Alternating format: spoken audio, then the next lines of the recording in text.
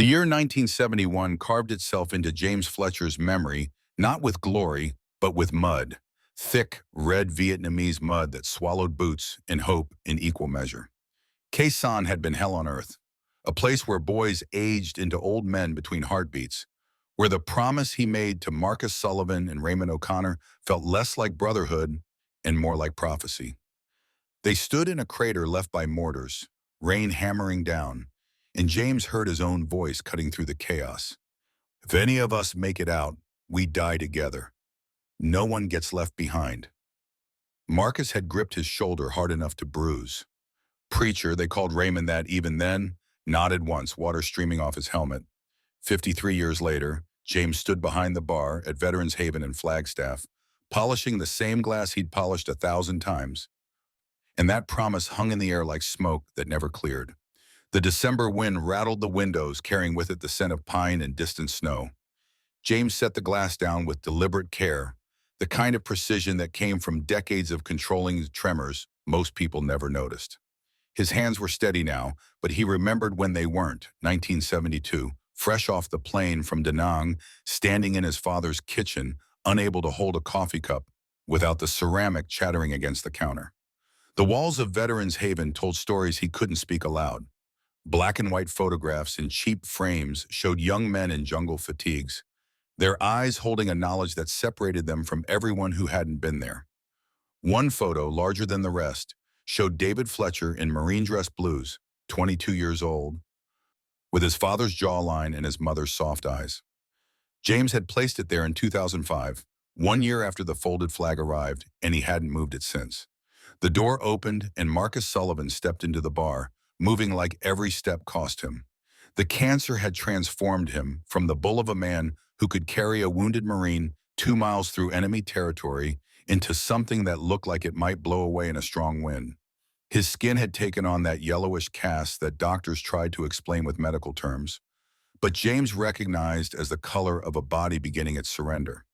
Marcus wore his Iron Brotherhood vest despite the cold, the patches and pins accumulated over 40 years in the motorcycle club catching the dim light. He moved to his usual stool at the end of the bar, the one closest to the photos, and sat down with the kind of careful slowness that spoke of pain managed but never truly controlled. James poured 2 fingers of whiskey without asking, the good stuff they kept under the counter, and set it in front of Marcus. For a long moment, neither man spoke. The radio played low, Johnny Cash singing about hurt and redemption, and James found himself cataloging his friend's decline with the cold precision of someone who'd watched too many people die. The weight loss had accelerated. The tremor in Marcus's hands had worsened. Most telling was the way he held himself, like a man trying to contain something that wanted to spill out. Marcus wrapped his fingers around the glass but didn't drink. His voice came out rougher than it had been even last week, scraped raw by whatever was eating him from the inside. 4 to 6 months. That's what the doctor said this morning. James kept his expression neutral, a skill learned in interrogation rooms and firefights. Doctors have been wrong before. Not this time. Marcus finally lifted the glass, studying the amber liquid like it held answers. I can feel it, James. Every morning I wake up and there's less of me. Not just the weight, something else. Like I'm already halfway gone. The jukebox switched songs, Waylon Jennings now, and James found himself gripping the bar hard enough that his knuckles went white. He'd known this was coming. Marcus had been sick for 8 months, had gone through treatments that left him hollowed out and nauseous, had tried every protocol the VA hospital could throw at him. But knowing death was approaching and having it dated on a calendar were different animals entirely. Marcus reached into his vest and pulled out a photograph, the kind that came from the days before everything went digital. The edges were worn soft from handling, the colors slightly faded but still clear enough. He set it on the bar between them, and James felt something cold slide down his spine as he recognized the setting. Fallujah, 2004. The photo showed 3 men on stretchers in what looked like a field hospital: Marcus, Frank Bulldog Harrison, and Thomas Tiny Rodriguez. All 3 were covered in blood and dust, their faces locked in expressions somewhere between agony and disbelief. Standing over them, dressed in Navy corpsman fatigue with a surgical mask covering most of the face, was a figure whose only visible features were a pair of startlingly blue eyes and gloved hands holding surgical tools. Written on the back in Marcus's handwriting, "Doc saved us, Fallujah 2004. James picked up the photograph with the reverence he'd give a religious icon. His throat constricted as he stared at those eyes, trying to pull details from memory that had been buried under 20 years of trying not to remember. David had mentioned a corpsman, had talked about someone with hands steady enough to do field surgery while mortars fell, but James had never pursued the details. After David died, he'd spent years not wanting to know anything about those final hours, afraid of what he'd discover, afraid the knowing would hurt worse than the not knowing. Marcus's voice pulled him back. "I want to find this person. Before I die." James set the photo down carefully, as if it might shatter. "David brought this corpsman to you. Your boy saved my life twice that day." Marcus's hands shook as he reached for his whiskey, finally taking a sip. "Once by pulling us out of the kill zone after the IED went off, and once by finding Doc. David took 3 bullets getting us to safety. Then he went back out and brought Doc to us while we were bleeding out behind a wall. 40 minutes of surgery under fire. Doc had to do a field splenectomy on me with a fucking pocket knife and some morphine. No operating room, no backup, just hands and will." James knew the rest of the story, the part Marcus didn't need to say. David had stayed with them, providing cover fire until the surgery was complete. Then he'd received orders to move his squad to Sector 7, orders that came directly from General Thomas Harrington. 20 minutes later, an RPG had turned David and 4 other Marines into names on a memorial wall. "You think finding this corpsman will help?" James heard the skepticism in his own voice and hated it, but 20 years of investigating his son's death had taught him that closure was a myth people told themselves. Marcus set down his glass with enough force that whiskey sloshed over the rim. "I need to say thank you. I need to look this person in the eye and say the words before I can't say anything anymore. Is that so hard to understand?"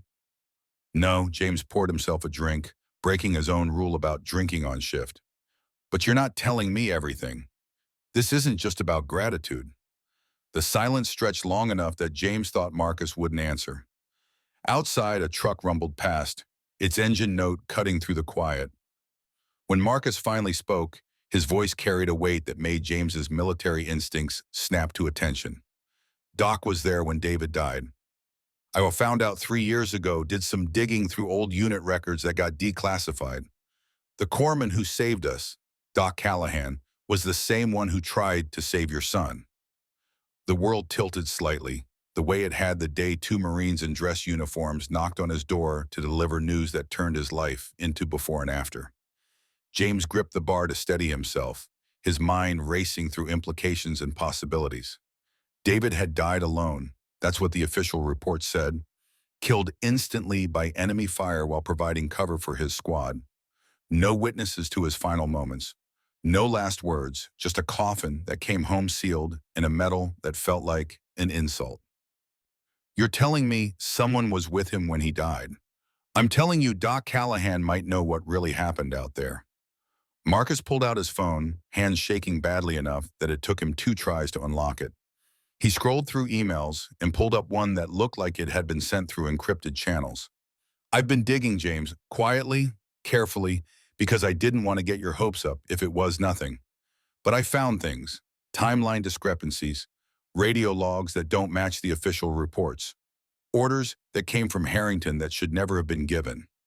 James took the phone, his eyes scanning words that seemed to rearrange themselves as he read. The email came from someone identifying themselves only as Sandstorm, clearly a veteran who'd been at Fallujah during the same time frame. The message was clinical in its detail, laying out a sequence of events that contradicted everything James had been told about David's death. According to Sandstorm, Lieutenant David Fletcher's squad had been ordered into Sector 7 despite intelligence reports indicating the area wasn't cleared of explosives. The orders had come from General Harrington personally, bypassing the usual chain of command. Multiple Marines had questioned the order on open channels, but Harrington had insisted, saying time was critical. What made James's blood run cold was the final paragraph. Doc Callahan treated casualties from the IED attack on Fletcher's squad. Callahan filed a report stating Lieutenant Fletcher survived the initial blast and died approximately 15 minutes later from injuries sustained while protecting wounded squad members. Callahan noted Fletcher remained conscious until the end and requested the report be forwarded to Colonel James Fletcher, father of the deceased. This report was never filed through official channels. General Harrington ordered Callahan to cease all documentation related to the incident. 3 days later, Callahan was transferred stateside and disappeared from military records. James read it twice, then a third time. His lawyer's mind, he'd gotten his degree after Vietnam, thinking understanding the law might help him understand the war, picking apart each sentence for veracity. If this was accurate, everything he'd been told about David's death was a lie. David hadn't died instantly. David had been conscious, had possibly spoken final words that James never got to hear. And someone, this Doc Callahan, had been ordered to bury the truth. Where did you get this? Friend of a friend who works in military archives. Sandstorm is real. Former Marine intelligence officer who's been collecting these kinds of discrepancies for years. He's got documentation, James. Stuff that proves Harrington sent David's squad into a trap. Marcus took his phone back, his expression fierce despite the cancer eating him alive. Your son died covering up a fucking mistake, and someone ordered the only witness to shut up about it. The rage that James had learned to control, that he'd spent 2 decades compressing into a small hardball in his chest, began to expand. He'd suspected for years that something was wrong with the official story of David's death, had filed Freedom of Information Act requests that got stonewalled, had hired private investigators who hit walls of classified information and military bureaucracy. But he'd never had proof, never had anything concrete enough to act on. Now Marcus was handing him evidence that his son had been sacrificed, not for honor or country or any of the things that made military death bearable, but to protect someone's career. Harrington, the name came out like a curse. He's been living in Phoenix for the past 10 years, gives speeches at veteran events about honor and sacrifice. I've seen him twice, shook his hand once before I knew what he'd done. Made me want to vomit. Marcus nodded, his jaw tight. And if we can find Doc Callahan, we can prove it. Military medical records are one of the few things that can pierce through Harrington's connections. Corpsmen are required to document everything. And if Callahan kept copies before being ordered to destroy them, then we have a witness. James finished the thought, his mind already racing ahead to legal strategies and evidence chains. But finding one corpsman who disappeared 20 years ago isn't going to be easy. The military's good at burying people who know too much, which is why I need help. Marcus's voice cracked slightly, exhaustion or emotion or both bleeding through. I don't have time to do this alone, James. I need the brotherhood. I need you. The Iron Brotherhood Motorcycle Club had started in 1975, when James and Marcus and a dozen other Vietnam veterans bought cheap bikes and started riding to escape the nightmares. It had grown over the decades into something more substantial, a genuine community of men who understood what it meant to serve and what it cost. They weren't outlaws despite the leather and patches. They were men trying to find purpose after the military spit them out. Most members were veterans spanning every conflict from Vietnam to Afghanistan. All of them lived by a code that boiled down to loyalty and truth. James looked at the photograph again, at those blue eyes staring out from behind the surgical mask. Doc Callahan had saved Marcus's life, had tried to save David's, and had been silenced for knowing too much. Finding this person wasn't just about giving Marcus closure before he died. It was about finally learning what David's last moments had been like, what words James's son had spoken that never made it into official channels. It was about proving that Harrington had sacrificed American lives for political expediency. It was about justice, the real kind that didn't come from courts and judges, but from dragging truth into the light no matter who it burned. I'll call a meeting. James pulled out his phone, his fingers steady now, despite the storm of emotion. Tonight, everyone needs to hear this. Marcus sagged with relief, some of the tension leaving his shoulders. Thank you. Don't thank me yet. Finding Callahan is one thing. Getting them to talk after being threatened into silence is another. And if Harrington finds out we're looking, He'll do everything in his power to stop us. Let him try. Marcus drained the rest of his whiskey. I've got nothing left to lose. Cancer's already taking everything. Might as well spend what time I have left doing something that matters.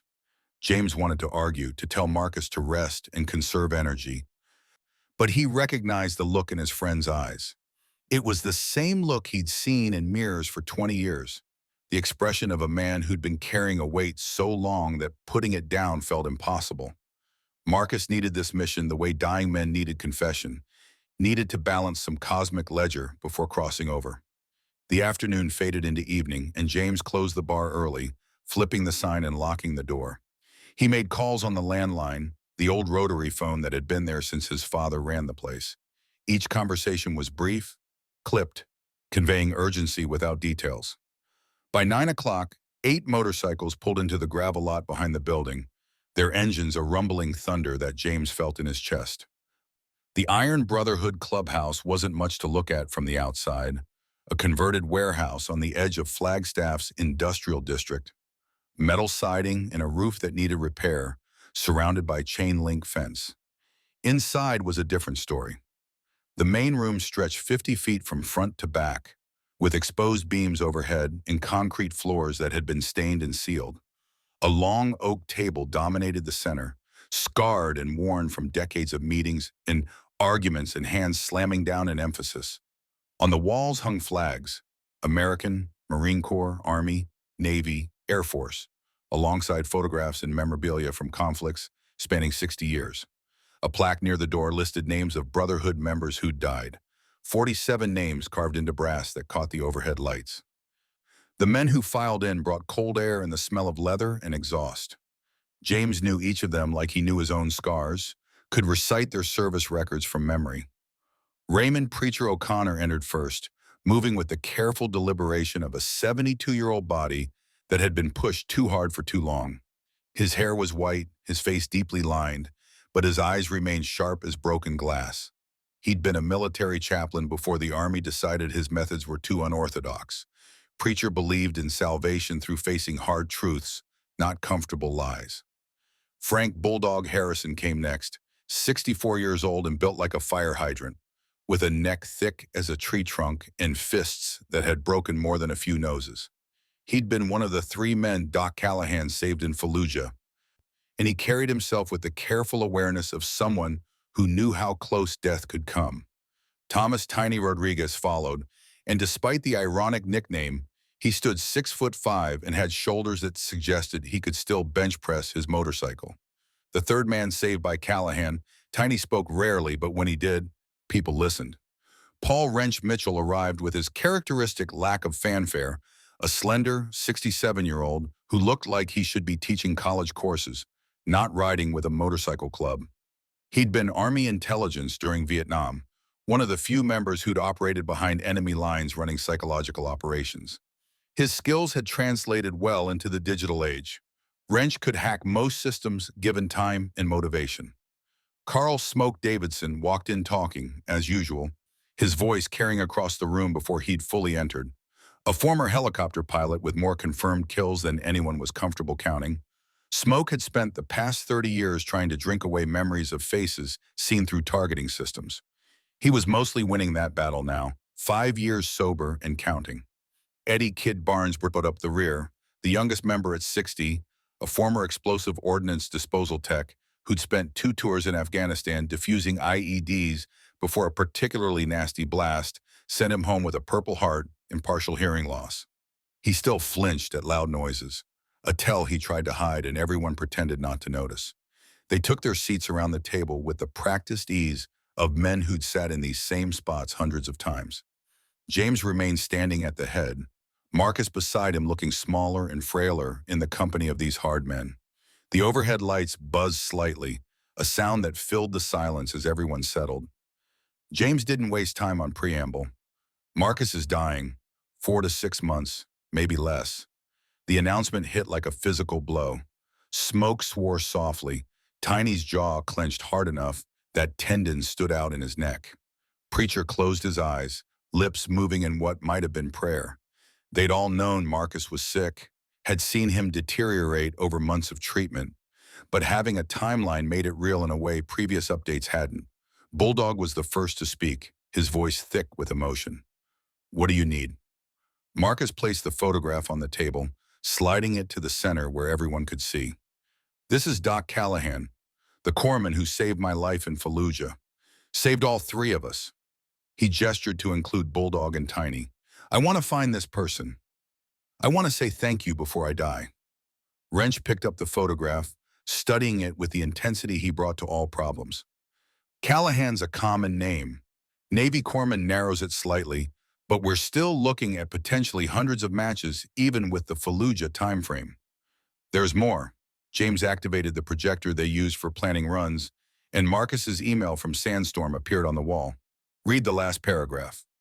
Silence descended as each man absorbed the information. James watched their faces, saw the moment understanding clicked into place. Kid's expression went from confused to furious. Smoke's perpetual half-smile vanished. Preacher opened his eyes and stared at the projection like it was speaking scripture. Tiny was the one who said what everyone was thinking. "They covered it up. Harrington sent your son into a trap and then silenced the witness." "That's the theory." James switched to the next slide, a timeline he'd constructed based on Marcus's research. David's squad was ordered into Sector 7 at 14:30 hours on November 15, 2004. Intelligence reports from the previous 24 hours indicated the area hadn't been cleared by EOD. Multiple IEDs were suspected but not confirmed. General Harrington gave the order personally, stating the mission was time-critical. They needed to secure a high-value target before insurgents moved him. Kid leaned forward, his EOD training making him zero in on the crucial detail. "Let me guess, the high-value target was bullshit." "Worse." James clicked to the next slide, which showed a memo he'd obtained through carefully cultivated contacts in military archives. There was no high-value target. The intelligence that justified the mission came from a single source: Lieutenant Marcus Harrington, the general's son, who was attached to the unit as a liaison officer. 3 weeks after David's squad was hit, Marcus Harrington Jr. was killed during a prisoner transfer. Official cause of death was listed as suicide, but the timing was convenient. Dead men can't contradict their fathers.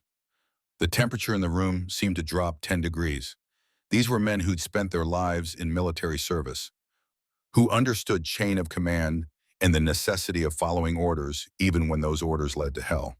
But they also understood honor, and what James was describing was its opposite: a general sacrificing Marines to protect a son who'd fucked up, then covering tracks with more death. Preacher's voice cut through the mounting tension, quiet but sharp. "You're saying General Harrington's boy provided bad intelligence that got David's squad killed, and the general covered it up by sending them into an IED field?"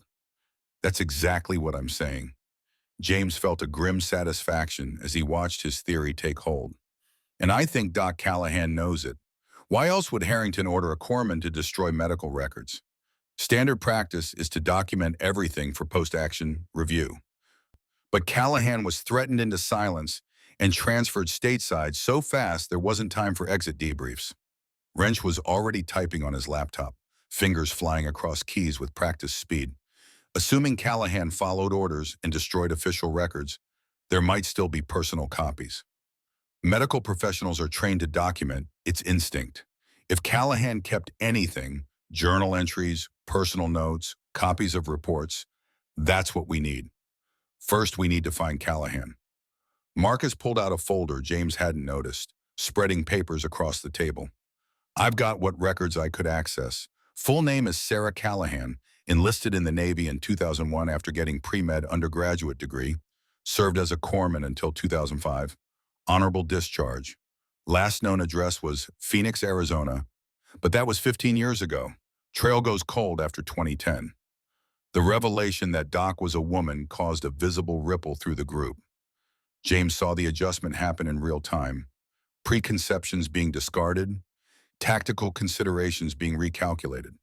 Female corpsmen weren't common in combat zones in 2004, which made Sarah Callahan stand out in ways that might help them track her down, but also meant she'd face challenges male counterparts hadn't.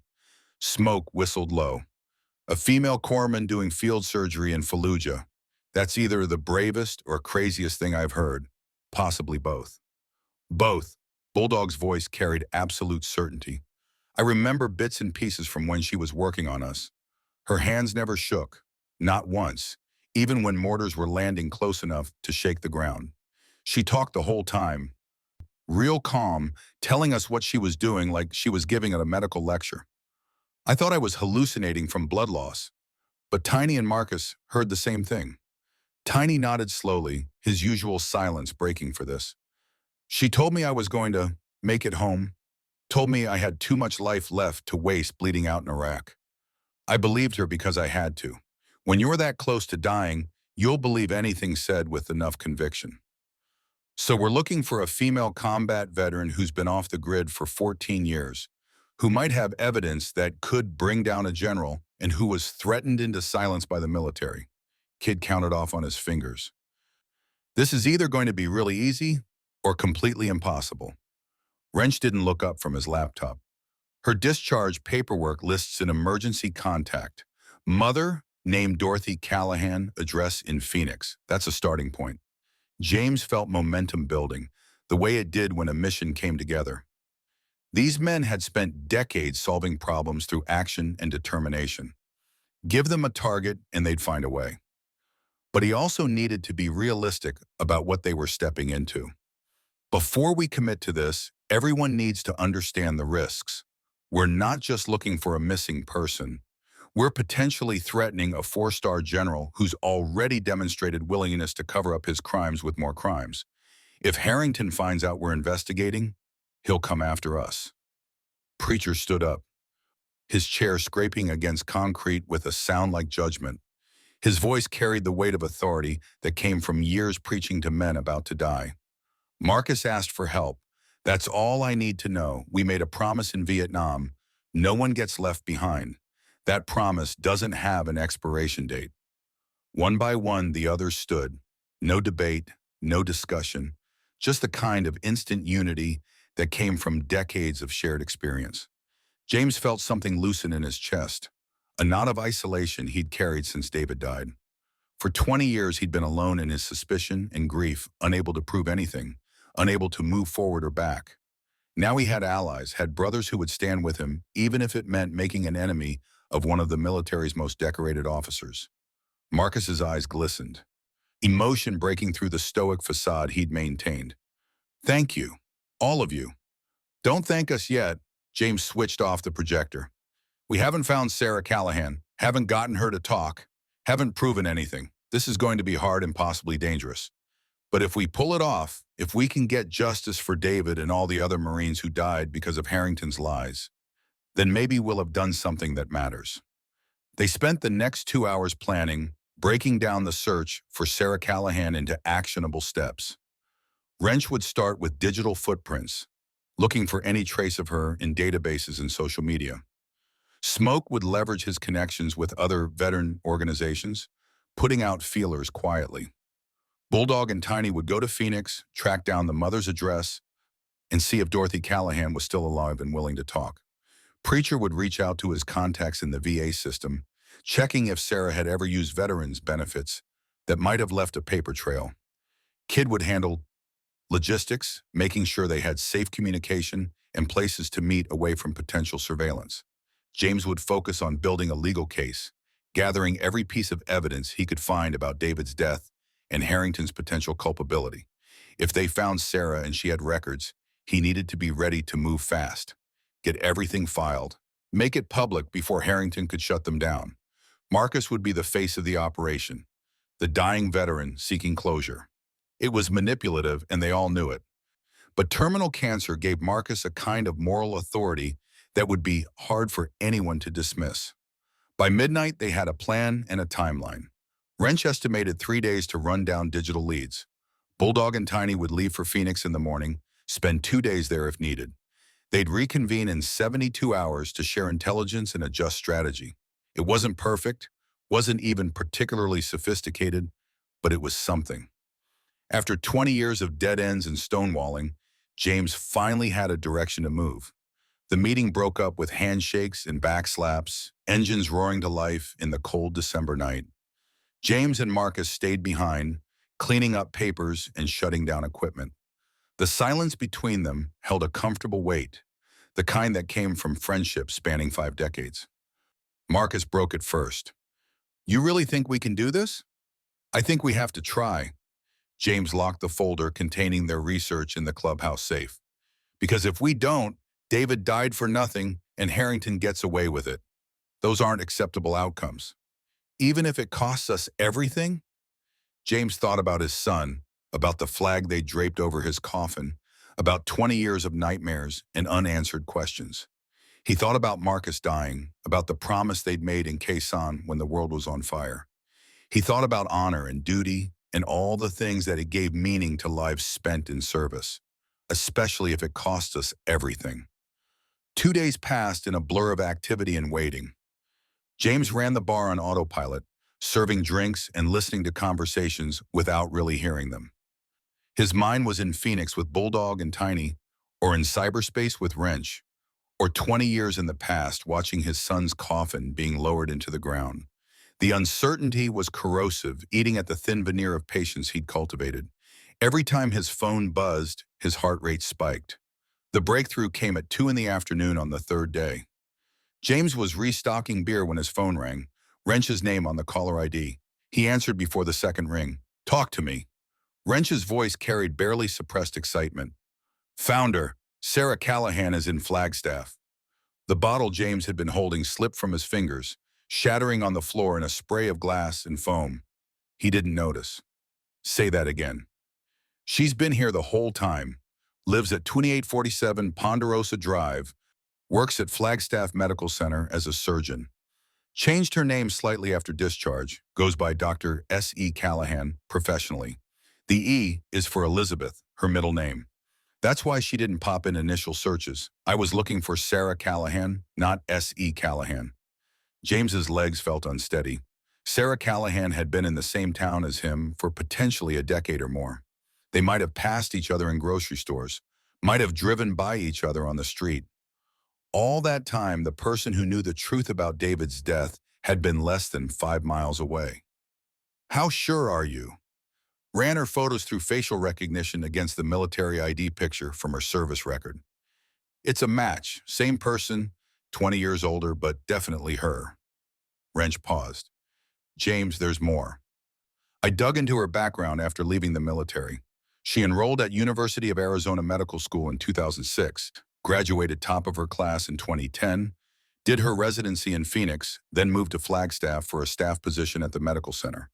On paper, she's a respected trauma surgeon with an impeccable record. And off paper, she's a ghost. No social media presence, no photographs except the professional headshot on the hospital website, no social connections I can trace. She lives alone in a small house, drives a 10-year-old sedan, doesn't seem to have friends or relationships. Every 6 months, she drives to Phoenix and visits someone at the Veterans Cemetery, but I can't identify who without going there in person." Wrench's tone shifted, concern bleeding through. "James, this is someone who's deliberately isolated themselves. Someone who doesn't want to be found." James cleaned up the broken bottle mechanically, his mind racing through implications. Sarah Callahan had rebuilt her life after the military, had achieved success in a demanding profession, but she'd done it while cutting herself off from normal human connections. That kind of isolation suggested trauma, suggested someone who didn't trust easily or maybe didn't trust at all. Approaching her wrong could send her running, and if she disappeared again, they might never find her. "I need an address and her work schedule." "Already sent to your phone. She's on shift at the medical center right now. Emergency surgery that started at noon. Based on hospital logs, she usually works 12-hour shifts, which means she'll be there until midnight." James checked his watch. 2:47 p.m. That gave him 9 hours to plan an approach. 9 hours to figure out how to convince a woman who'd been hiding for 20 years that it was safe to come out of the shadows. He called Marcus first, then the others, setting up a meeting at the clubhouse for 6 p.m. Then he did something he hadn't done in 2 decades. He closed the bar early, taping a sign to the door that read, "Family Emergency." The afternoon stretched like taffy. James tried to prepare what he'd say, rehearsing arguments and appeals, but everything sounded wrong in his head. How did you approach someone and say, I know you were threatened into silence, I know you've been hiding, but I need you to relive the worst day of your life so I can get justice for my son? Even phrased better, it was an ask bordering on cruel. Sarah Callahan owed him nothing, owed Marcus nothing. She'd done her duty in Fallujah, had tried to save lives under impossible conditions, and got punished for it. Now James was going to ask her to risk that fragile peace she'd built. But David deserved truth. The Marines who died with him deserved truth. And Marcus deserved to say thank you before cancer took his voice permanently. Sometimes the right thing to do was also the hard thing, the cruel thing. James had learned that in Vietnam and relearned it every day since. The clubhouse meeting was tense, everyone aware they were approaching a critical moment. James laid out what Wrench had discovered, watching his brothers absorb the information. The fact that Sarah was local changed everything. No long trips, no elaborate surveillance, just a straightforward approach. But it also meant they had to be careful. Flagstaff was small enough that words traveled fast in certain communities. And if Sarah got spooked, she could disappear in ways that would be hard to track. Preacher was the one who cut to the heart of the problem. We need to approach her somewhere she feels safe but not at work. Medical professionals take patient privacy seriously, and ambushing her at the hospital could backfire. But her home might feel too invasive. What about neutral ground, Smoke suggested? Public place where she can leave if she wants, but private enough for conversation. Marcus shook his head. She'll see a group of bikers and assume the worst. We need to send one person, someone who can explain without being threatening. All eyes turned to James. He'd known it would come to this. Father to the soldier, the one with the clearest claim to answers. If anyone could convince Sarah Callahan to talk, it would be him. The weight of that responsibility settled across his shoulders like a pack loaded for a long march. I'll go tonight after her shift. James looked around the table, seeing concern and support in equal measure. If she refuses to talk, we back off. I won't force this on her. And if she agrees, Kid asked, then we move fast. Get her statement recorded, get any documents she has, and file everything with the Inspector General's office before Harrington knows what's happening. James pulled out his phone, showing them a contact he'd been cultivating for years. Michael Torres, a retired war correspondent who'd covered Fallujah and who'd been trying to write about military corruption for the better part of a decade. Torres has connections at the Washington Post and CNN. If we give him the story with solid evidence, he'll run it in a way that makes it impossible to suppress. The plan was risky, dependent on variables they couldn't control, but it was the best they had. They spent another hour working through contingencies. What to do if Sarah refused to meet? What to do if Harrington found out before they could go public? What to do if the evidence wasn't as solid as they hoped? By the time they finished, James felt as prepared as he could be for a conversation that would determine whether 20 years of grief had any meaning. Midnight found James sitting in his truck outside Flagstaff Medical Center, watching the employee entrance. The December cold seeped through the vehicle's aging heater, and he kept the engine running in intervals to stay warm. Other cars came and went, shift changes and late visitors, but he ignored them all. His focus was on the door, waiting for a woman he'd never met who held pieces of his son's final moments. She emerged at 12:17 a.m., and James recognized her from the hospital photo even at a distance. Sarah Callahan looked older than 45, the kind of aging that came from stress rather than years. Her hair was pulled back in a practical ponytail, dark brown shot through with premature gray. She wore scrubs under a heavy winter coat, and she moved with the exhausted precision of someone running on fumes and discipline. Even from across the parking lot, James could see the shadows under her eyes, the way she held her shoulders like carrying weight that never got set down. He waited until she reached her car, then got out of his truck and crossed the lot, timing it so he'd intercept her before she could drive away, but giving her enough space that she wouldn't feel cornered. She noticed him when he was about 15 feet away, her body language shifting instantly to high alert. One hand went to her keychain, where James spotted what was probably pepper spray. Smart woman, aware of her surroundings, not someone who took chances. James stopped walking, holding his hands where she could see them, making himself as non-threatening as a 6'2" former Marine could manage. "Dr. Callahan, my name is James Fletcher. I need 5 minutes of your time." She froze, face going pale under the parking lot lights. For a moment, he thought she might run or scream or both. Then her expression hardened into something that looked like resignation mixed with anger. "How did you find me? Does it matter?" "Yes." Her voice was steady despite the fear he could see in her eyes. "Because if you could find me, others can too." The implication was clear. She'd been hiding from someone, probably Harrington, and James had just proved her hiding spot wasn't as secure as she'd thought. He needed to turn that fear into an ally, needed to make her understand that her best protection now was the truth, not silence. "General Harrington has no idea I'm here. I'm not working with him or for him. I'm working against him." James pulled out his wallet slowly, extracting the photo he carried of David in his Marine dress blues. "This is my son, Lieutenant David Fletcher. He died in Fallujah on November 15th, 2004. I believe you were there." Sarah's hand dropped from her keychain, her entire demeanor changing. She stared at the photo like it was a ghost made manifest, and when she looked back up at James, her eyes were wet. "You shouldn't be here." "But I am, and I need to know what happened to my son." The silence stretched between them, full of 20 years of secrets and fear. Around them, the parking lot was empty, the hospital a block of light in the darkness. Finally, Sarah spoke, her voice barely above a whisper. "They'll kill me if I talk. They'll kill you if you don't." James kept his tone gentle but firm. "Harrington's not going to let you stay hidden forever. Sooner or later, someone's going to ask questions he can't control, and when that happens, you become a liability. Your best protection is making the truth so public that silencing you becomes pointless." She laughed, a bitter sound with no humor in it. "You think the truth protects people? The truth is what gets people killed. Then help me get justice for the people who were already killed. Help me make sure my son's death meant something." James took a careful step closer, watching her for signs of flight. "I'm not asking you to do this alone. I have resources. I have people who can keep you safe, and I have a way to make this public before Harrington can stop it. But I need your testimony. I need you to tell me what really happened."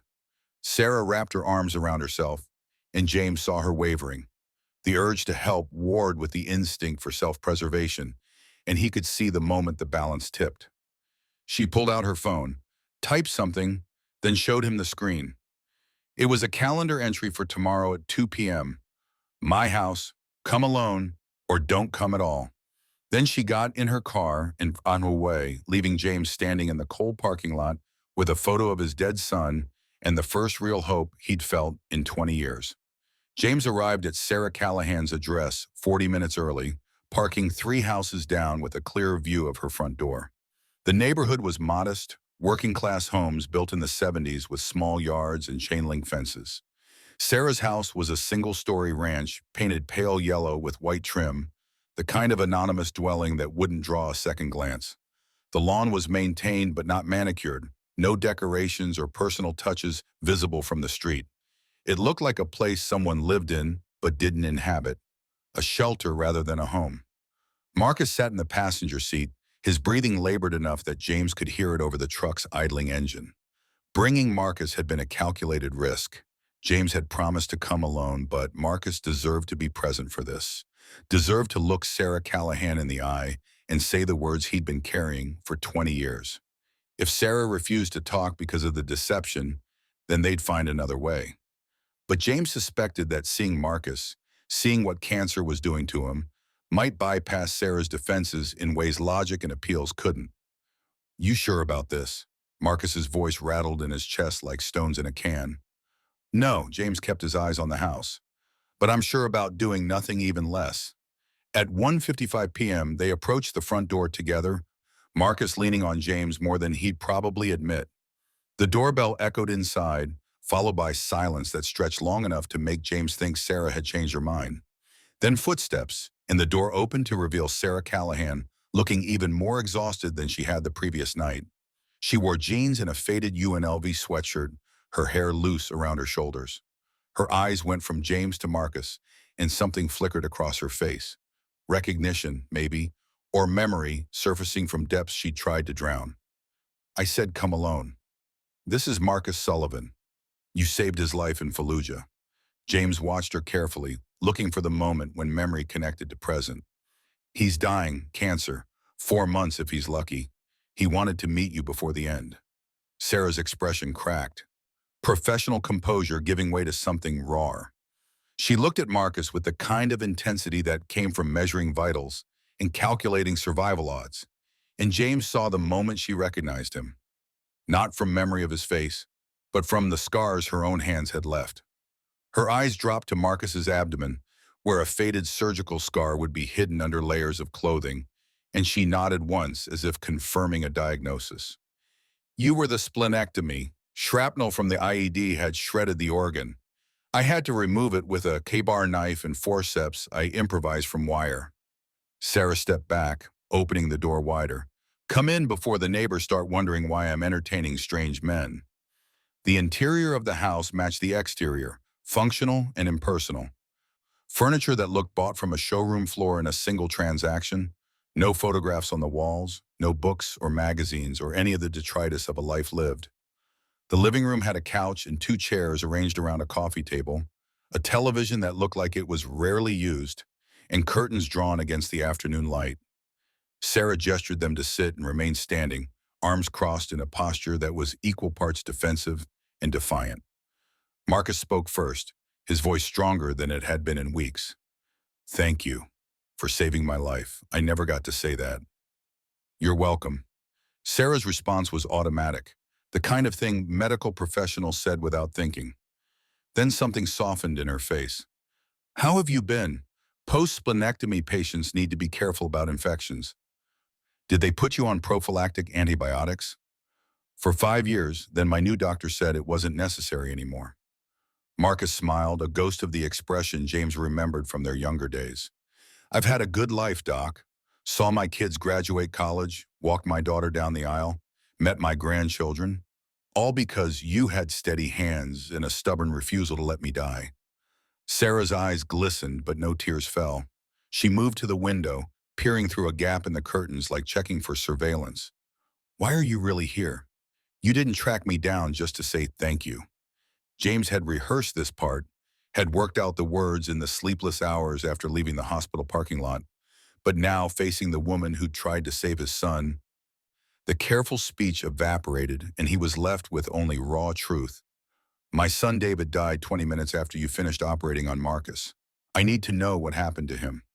I need to hear it from someone who was there. The silence that followed felt like falling, like the moment between stepping off a cliff and hitting ground. Sarah's shoulders tensed, her whole body going rigid with the kind of tension that preceded fight or flight. When she turned back to face them, her expression had closed off completely, the brief warmth from talking to Marcus replaced by something cold and distant. Your son died a hero. That's all you need to know. That's what they told me 20 years ago. That's what the official report said, but I don't believe it anymore. James pulled out the folder he'd brought, the one containing emails from Sandstorm and timeline discrepancies and all the evidence that had kept him awake for 2 decades. He set it on the coffee table between them, like laying down a hand of cards. General Harrington sent David's squad into Sector 7 knowing it wasn't cleared. He did it to cover up his son's mistakes, and you were ordered to stay silent about what you saw. Sarah's face went through a series of expressions: shock, fear, calculation, before settling on something that looked like defeat. You don't know what you are asking. I know exactly what I'm asking. I'm asking you to tell me how my son died. I'm asking you to help me prove that Harrington sacrificed American lives for political convenience. I'm asking you to do something dangerous that might destroy the quiet life you've built here. James leaned forward, letting her see the grief he'd carried like shrapnel embedded too deep to remove. I'm asking because David deserves truth, because the other Marines who died deserve truth, and because hiding from it hasn't kept you safe. It's just kept you alone. Marcus added his voice, gentler than James's but no less insistent. Doc, I'm dying anyway. Cancer doesn't care about generals or cover-ups. But before I go, I need to know that the sacrifice meant something, that David's death wasn't just swept under the rug like it never mattered. Sarah moved to the couch and sat down hard, like her legs had stopped supporting her weight. She pressed the heels of her palms against her eyes, and when she spoke, her voice was muffled and thick. They threatened my mother. After Fallujah, after I filed my report, Harrington's people came to my apartment in Phoenix. Two men in suits who knew everything about me, where my mother lived, what nursing home she was in, what medication she took. They told me if I ever spoke about what happened, if I ever testified or gave interviews or even told friends, my mother would have an accident. Something that looked natural, a medication error maybe, or a fall. They said it with smiles like they were discussing the weather. James felt ice crystallize in his veins. He'd suspected Harrington was ruthless, but threatening an elderly woman in a nursing home was a level of evil that transcended political calculation. It was the kind of thing that revealed character, showed what someone was willing to do when consequences seemed distant. Is your mother still alive? She died 6 years ago. Pneumonia. Sarah lowered her hands and her face was dry despite the rawness in her voice. By the time she passed, I was so deep into hiding that coming forward felt impossible. I'd rebuilt my life around silence. Speaking up would mean admitting that I'd been a coward, that I'd let them intimidate me into abandoning my duty as a witness. You weren't a coward. Marcus's words carried absolute conviction. You were protecting your mother. Anyone would have done the same. Sarah shook her head. A braver person would have found a way to do both, would have gotten their mother to safety and then exposed Harrington. But I was 25 years old and terrified. And when they showed me photographs of my mother sleeping in her nursing home bed, all I could think about was making sure they never hurt her. James understood that kind of fear, the kind that bypassed rational thought and went straight to primal protective instinct. He'd felt it when David deployed, felt it every day his son was in a combat zone, felt it magnified 1,000 times when the Marines in dress blues knocked on his door. Fear for loved ones was a weapon Harrington had wielded with precision, and Sarah had been trapped by it for 2 decades. Your mother's gone now. Harrington can't threaten her anymore. James kept his tone even, stating facts without judgment. And if you stay silent, if you let him get away with what he did, then David and the others died for nothing. Their deaths become footnotes in Harrington's career, buried under commendations and retirement speeches. Or they become a scandal that destroys lives and accomplishes nothing. Sarah stood abruptly, pacing to the window and back. You think exposing Harrington brings him back? You think it gives your son's death meaning? All it does is satisfy your need for revenge. The accusation stung because it held truth. James did want revenge, wanted to see Harrington stripped of rank and honor, wanted the man who'd killed his son to face consequences. But that wasn't the only thing driving him, wasn't even the primary thing. He wanted other fathers to know that asking questions wasn't futile, that cover-ups could be broken, that sometimes the little guys won against entrenched power. You're right, part of this is revenge. But part of it is also making sure no other general thinks they can sacrifice troops to save their own ass. James opened the folder, pulling out the email from Sandstorm. This isn't just about David. There are other cases, other instances where Harrington's decisions cost lives and the records got sanitized. If we can prove he covered up one incident, it opens the door to investigating all of them. Sarah took the email, reading it with the focused intensity she probably brought to medical charts. Her lips moved slightly as she absorbed the information, and James saw the moment professional training kicked in, the shift from emotional response to analytical assessment. When she looked up, some of the fear had been replaced by calculation. This intelligence assessment, the one saying Sector 7 wasn't cleared, where did it come from? Army EOD unit that had been working the area for 3 days.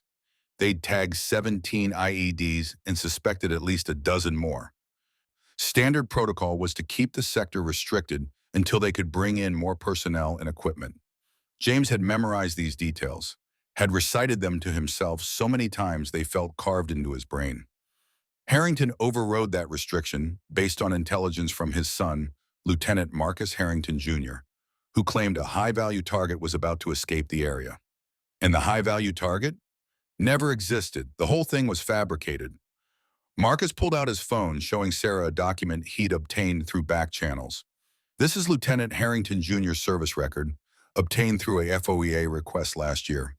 3 weeks before the Fallujah incident, he'd been written up for sharing classified information with unauthorized personnel. The investigation was ongoing when David's squad got hit. 2 weeks after David died, the investigation was suddenly closed with no findings. Another week after that, Junior died in what was ruled a suicide. Sarah read the service record, her medical training evident in the way she connected dots and identified patterns. Harrington Sr. sacrificed your son's squad to make his son look good. Then when the investigation continued anyway, Junior became a liability and got eliminated. That's the theory. James watched her face, looking for signs of acceptance or rejection. But theory doesn't hold up in court. We need testimony from someone who was there, who witnessed the aftermath, and can speak to what David said before he died. We need you. The weight of that statement settled over the room like a physical presence. Sarah set down the documents and returned to the window, staring out at the quiet street beyond. The afternoon sun painted everything in shades of gold and amber, beautiful in the way December light could be in Arizona, and James found himself wondering if this was the last peaceful moment any of them would have before the storm hit. Sarah's voice was quiet when she finally spoke, barely audible over the house's ambient sounds. David was conscious for 14 minutes after the RPG hit, long enough to know he was dying, not long enough for medevac to arrive. He had multiple shrapnel wounds, one of which severed his femoral artery. I did everything I could, but the blood loss was too severe and we were too far from any kind of surgical facility. James's throat constricted, imagining his son bleeding out in Iraqi dust while a corpsman fought to save him. He'd known David hadn't died instantly, had suspected consciousness based on other details, but hearing it confirmed was different than suspecting. It made it real in a way that reports and official letters never had. Did he say anything? Sarah turned from the window, and tears were finally falling, cutting tracks down her face. He asked me to record it, said he knew I kept a digital recorder for documenting field procedures. He wanted you to know what really happened, wanted you to hear it from him. So I recorded his last words while I was trying to keep him alive. The world tilted. James gripped the arm of his chair. Marcus gasped audibly, and for several heartbeats, neither of them could speak. The implications crashed over James like successive waves.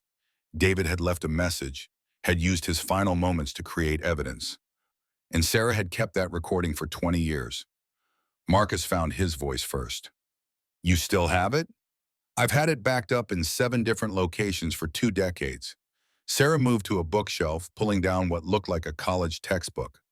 She opened it to reveal a hollow interior containing a USB drive. I knew that someday someone would come asking questions.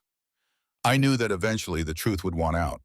So I kept David's testimony, kept my own notes, kept everything that Harrington ordered me to destroy.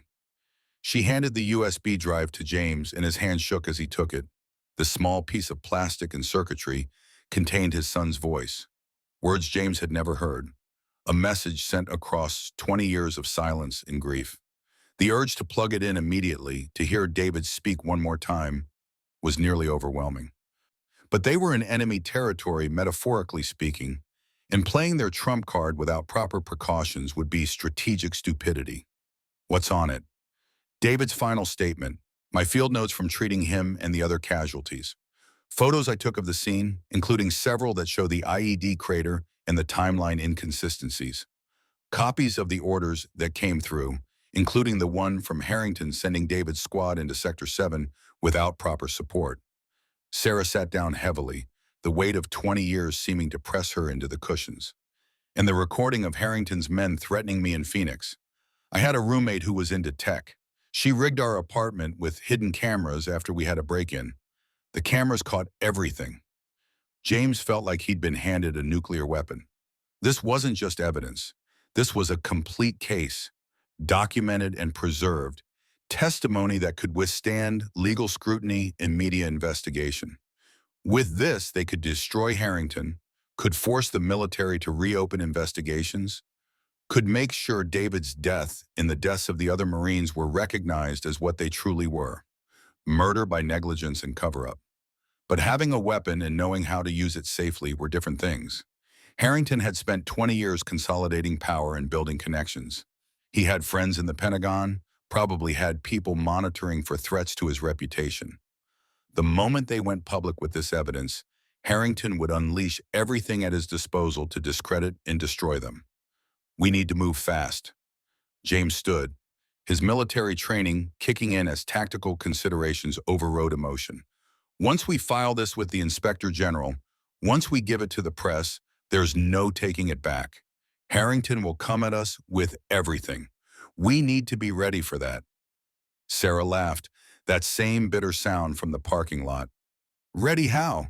He has resources we can't match. He has lawyers and connections and probably a dozen ways to make us look crazy or vindictive. The moment you go public, he'll bury you. Let him try. Marcus's voice carried a finality that came from having nothing left to lose. I'm already dying. He can't hurt me worse than cancer is.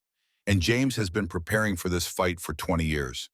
We're not some unprepared civilians stumbling into something we don't understand. We're Marines, and Marines don't retreat just because the enemy has better weapons. Semper Fi. The words came from Sarah automatically, muscle memory from years of working alongside Marines. Then she smiled, small and sad. I'd forgotten how you guys think. Death before dishonor, honor before survival. It's admirable and terrifying in equal measure. James moved to the window, checking the street with practiced paranoia. Nothing looked out of place, no suspicious vehicles or observers, but that meant less than it should. Modern surveillance was subtle, and if Harrington had any idea they were connecting dots, he might already have people in place.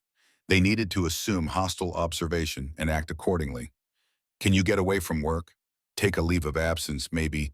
Something that won't raise red flags but gets you clear of predictable patterns? James turned back to Sarah, assessing her the way he'd assess any asset in a tactical situation. Once we go public, you become the key witness. Harrington will try to discredit you, intimidate you, possibly worse. You'll need protection. Protection from a general with Pentagon connections. Sure, that should be simple. Sarah rubbed her face tiredly. I can take emergency leave, cite family issues, or stress. The hospital knows I don't take time off normally, so they won't question it. But where do I go? My house clearly isn't secure, and hotels leave paper trails. Marcus had been quiet, thinking, and now he spoke with the authority of someone who had spent decades solving logistical problems. The Iron Brotherhood Clubhouse? It's registered to a shell corporation that doesn't connect to any of us personally. The building is secure. We installed cameras and reinforced doors after some trouble with a rival club years back. And you'd have 8 combat veterans providing security around the clock. Sarah looked skeptical. A motorcycle clubhouse? That's your idea of a safe house? Better than you might think. James appreciated Marcus's suggestion, recognized it as sound tactics. The Brotherhood owns the property free and clear. No mortgages or liens that could be leveraged. The location is isolated enough that approaches are visible but not so remote that we can't get help if needed. And having multiple trained personnel means we can maintain 24-hour watch rotations without exhausting anyone. Plus, Harrington will be looking for you in hotels or at friends' houses. He won't expect you to be staying with a motorcycle club. Marcus smiled, showing teeth. We're very good at hiding in plain sight. It's how veterans survive when the government that used us decides we're inconvenient. Sarah stood, paced to the kitchen and back, processing. James could see her running calculations, weighing risks and benefits, trying to find the option that maximized safety while minimizing exposure. It was the same kind of tactical thinking she'd have used in combat medicine. Triage decisions about who to treat first and how to allocate limited resources. I need 24 hours. One more shift at the hospital so my absence doesn't seem sudden. Time to pack essentials and secure my house. Time to make copies of everything on that USB drive and get them to lawyers and journalists as insurance. Sarah's voice was steady now, decision made. Tomorrow night I'll come to your clubhouse. But if this goes wrong, if Harrington comes after me and I end up dead in a ditch somewhere, I want it on record that I did this voluntarily. I don't want my death used to discredit the evidence. James respected that kind of clear-eyed assessment. Sarah wasn't naive about the dangers, wasn't letting hope or righteousness blind her to realistic outcomes. She was going into this knowing it might cost her life, and she wanted to make sure that potential sacrifice served a purpose. It was the kind of courage that military training tried to instill, but combat experience actually taught. I'll have our lawyer draft a document, something notarized that lays out your voluntary cooperation and states that any harm that comes to you should be investigated as retaliation. James pulled out his phone, already composing a message to the attorney the Brotherhood kept on retainer for various legal issues. We'll also set up a dead man's switch. Evidence gets released automatically if you don't check in at regular intervals. That gives Harrington incentive to keep you alive. Sarah nodded approval, some of the tension leaving her shoulders. Smart, making me more valuable alive than dead. That's the theory, but we still need to be careful. Marcus stood with effort, his exhaustion evident in every movement. Harrington's dangerous, but he's not stupid. He knows that obvious retaliation would validate everything we're accusing him of. So if he comes after us, it'll be subtle. Discrediting evidence, attacking credibility, maybe arranging accidents that look plausible. We need to document everything, maintain chains of custody, make sure we're beyond reproach. They spent the next hour working through details, planning the handoff of evidence and the timing of revelations. Sarah would make copies of the USB drive contents using equipment at the hospital that couldn't be traced to her personally. One copy would go to James's attorney with instructions to file with the Inspector General if they didn't report in. Another would go to Michael Torres, the retired war correspondent, along with an exclusive interview opportunity. A third would be uploaded to secure cloud storage with access codes split between multiple people. The original would stay with James, locked in the clubhouse safe. The testimony itself, David's final words, they'd save for maximum impact. Not for initial filing with the IG, which would leak and give Harrington time to prepare defenses, but for a press conference where they could control the narrative. James wanted the world to hear his son's voice, wanted millions of people to know exactly what David had said with his last breaths. That kind of public testimony was harder to bury than documents or reports. By the time Marcus and James left, dusk had settled over Flagstaff, painting the sky in shades of purple and orange. They drove in silence for several minutes, both processing the magnitude of what they'd set in motion. James's hands were steady on the wheel, but his mind was racing through scenarios and contingencies, wargaming Harrington's potential responses and planning counters to each. Marcus broke the silence. We're really doing this. No backing out now. James felt something like peace settling over him, the relief that came from finally taking action after decades of paralysis. Tomorrow, Sarah comes to the clubhouse. Next day, we start filing evidence and reaching out to reporters. 3 days from now, Harrington's world starts crumbling. He'll fight. Let him. We have truth on our side, and we have David's testimony. Harrington can have all the lawyers and connections in the world, but he can't change what actually happened. James glanced at Marcus, seeing the toll the afternoon had taken. You should rest tonight. Tomorrow's going to be intense. Marcus nodded, already half asleep in the passenger seat. The cancer was eating him from inside, claiming more ground every day. And the afternoon's emotional intensity had clearly drained what little reserves he had left. James made a mental note to ensure Marcus got medical support at the clubhouse. They'd need Sarah's expertise there anyway. Might as well make use of her skills to keep Marcus comfortable. They pulled up to Marcus's small house on the east side of Flagstaff, a modest place he'd lived in for 30 years. Marcus's truck sat in the driveway, his Harley parked beside it under a cover. The house looked empty, dark windows reflecting the fading light, and James felt a pang of sadness, thinking about Marcus dying alone here, another veteran who'd given everything and ended up with nothing. You want company tonight? Marcus shook his head. I'm fine, just tired. Need to sleep for about 12 hours. Call if you need anything. I don't care what time it is. James gripped Marcus's shoulder, the kind of touch that said more than words. We're going to do this right. For David, for you, for everyone Harrington hurt. This ends now. Marcus squeezed back, then climbed out of the truck with visible effort. James waited until Marcus was inside with lights on before driving away, heading back to the bar that had been his second home for decades. The evening crowd would be thin on a Tuesday, maybe a dozen regulars nursing beers and watching whatever game was on television. James would serve them mechanically, his mind elsewhere, counting down hours until Sarah arrived at the clubhouse tomorrow night. The bar was indeed quiet when he arrived, and James fell into the familiar rhythm of pouring drinks and making small talk. But underneath the routine, his thoughts churned with plans and contingencies. He'd spent 20 years as a lawyer after leaving the Marines, had built a successful practice before retiring early to run his father's bar. That legal training would be crucial now, knowing what evidence would hold up in court, understanding the procedures for reporting military misconduct, recognizing the legal pitfalls that could derail their case. Preacher walked in around 9, taking his usual spot at the bar.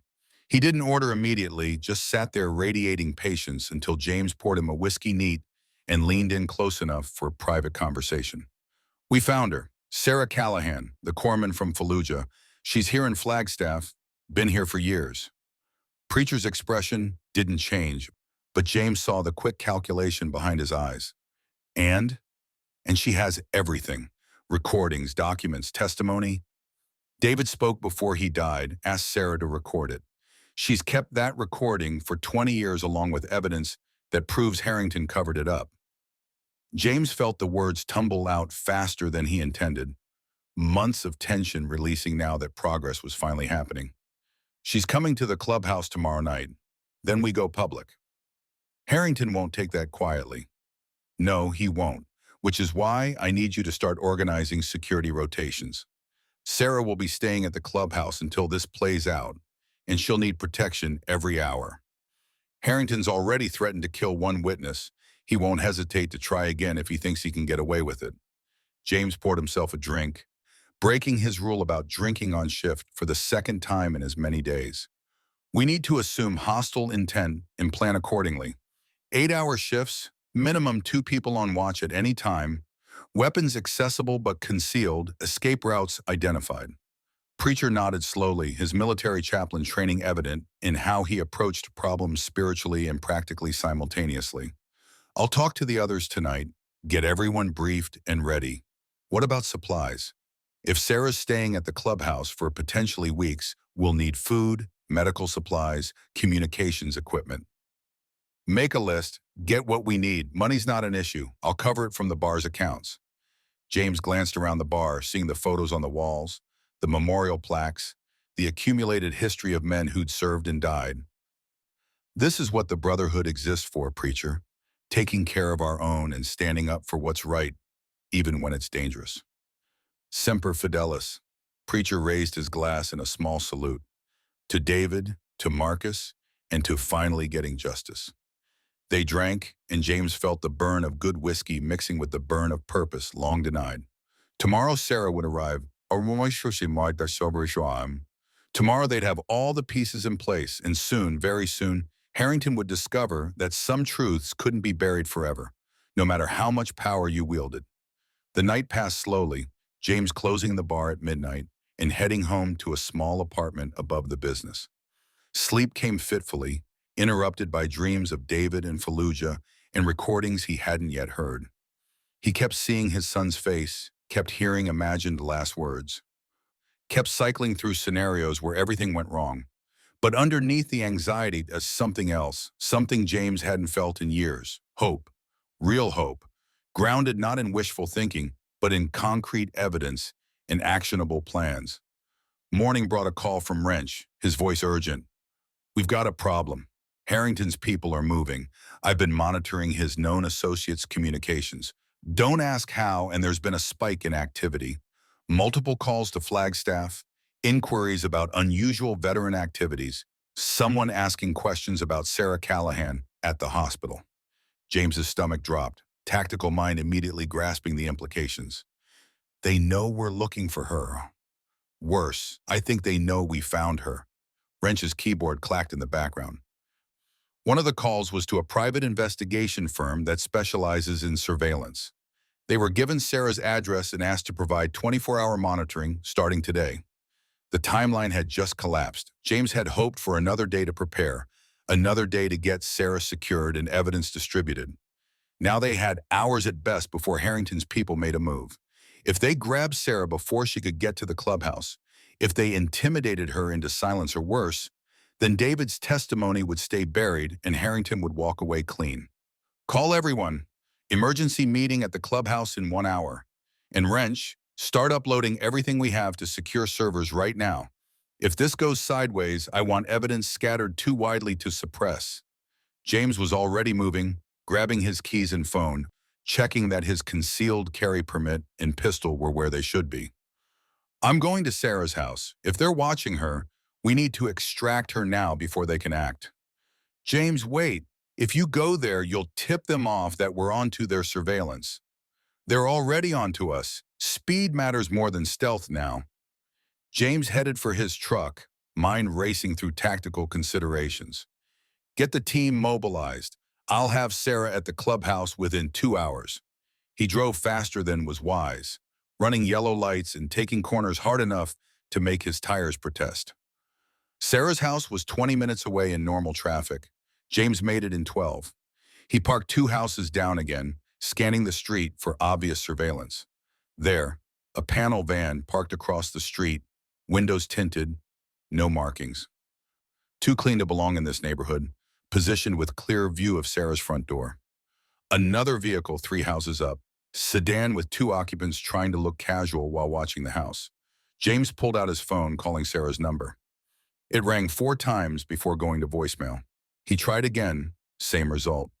Either she was in surgery and couldn't answer, or something had already gone wrong. James sat in his truck, weighing options and calculating risks. Approaching the house would alert the surveillance team, but waiting meant giving Harrington's people more time to act. The decision was made for him when Sarah's front door opened and she emerged carrying a gym bag, dressed in workout clothes like she was heading to the hospital for her shift. She moved casually, not hurried, but James could see the tension in her shoulders. She got in her car, backed out of the driveway, and drove off toward downtown. The panel van immediately pulled out to follow her, maintaining a discreet distance. James followed both vehicles, keeping several cars between himself and the van. They wound through residential streets toward the medical center, Sarah driving with apparent unconcern, while the van tracked her every turn. James waited for an opportunity, a moment when traffic or terrain would give him advantage. It came when Sarah stopped at a red light near a shopping plaza. James pulled up beside the van, rolled down his window, and made eye contact with the driver, a man in his 30s with the unmistakable bearing of ex-military contractor. The light turned green, and Sarah drove forward. James stayed parallel with the van, forcing it to slow down, creating separation between hunter and prey. The van driver cursed, tried to speed up, but James matched his acceleration, boxing him in. By the time the van could break free, Sarah had turned into the hospital parking lot and disappeared into the labyrinth of vehicles. James's phone rang. Sarah's number. What the hell was that? You're being surveilled. Panel van, 2-man team, probably armed. They've been watching your house since this morning. James pulled into the hospital lot, scanning for Sarah's car. Where are you?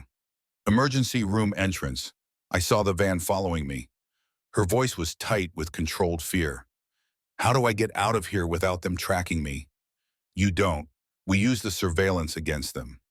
James spotted her car, drove past it. Go into the hospital like you're starting your shift. I'll meet you at the emergency room entrance in 5 minutes with a change of clothes. You're going to walk out as someone else. It was a gamble that depended on the surveillance team not having Sarah's photo, on them relying on vehicle tracking rather than facial recognition. James called Wrench back. I need you to call Flagstaff Medical Center and page Dr. S.E. Callahan for an emergency surgery. Make it sound urgent enough that anyone overhearing believes it. On it. James grabbed a hoodie and baseball cap from behind his truck seat, items he kept for working on vehicles in the parking lot. He walked into the emergency room like he belonged there, found Sarah standing near the triage desk, and handed her the clothes without speaking. She disappeared into a bathroom. emerged 3 minutes later looking like a grad student rather than a doctor. The hoodie was oversized, the cap pulled low, her posture changed from professional confidence to collegiate slouch. The overhead speakers crackled. Dr. Callahan to OR 3, stat. Dr. Callahan to OR 3. Sarah walked past him, heading deeper into the hospital. James followed at a distance, watching for tails. They moved through corridors and departments, Sarah navigating with the confidence of someone who knew every shortcut. They exited through a service entrance used by maintenance staff, emerging into a loading area where James's truck waited. Laura climbed in. This is insane. This is necessary.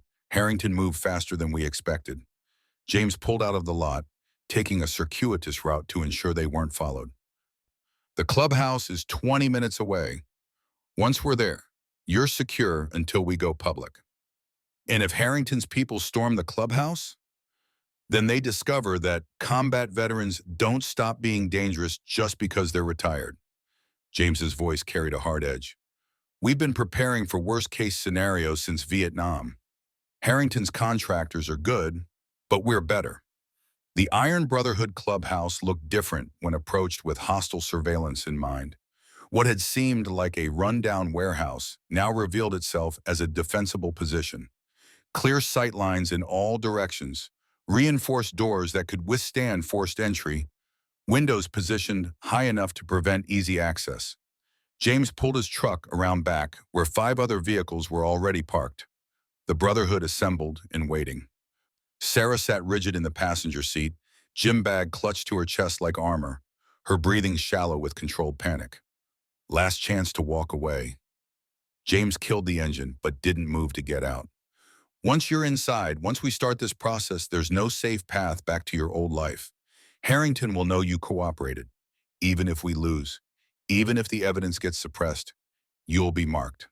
Sarah turned to look at him, and in the afternoon light streaming through the windshield, James could see how exhaustion had carved lines around her eyes, how 20 years of fear had aged her beyond her actual years.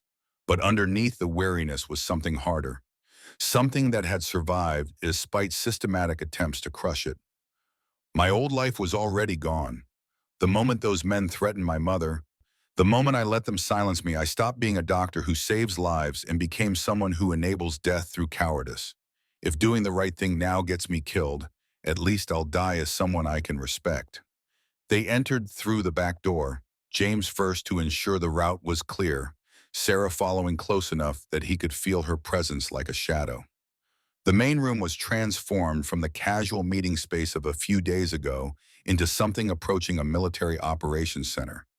Wrench had set up 3 laptops on the long table, each displaying different data streams, news feeds, military communication channels he probably shouldn't have access to, and what looked like surveillance footage from cameras positioned around the clubhouse perimeter.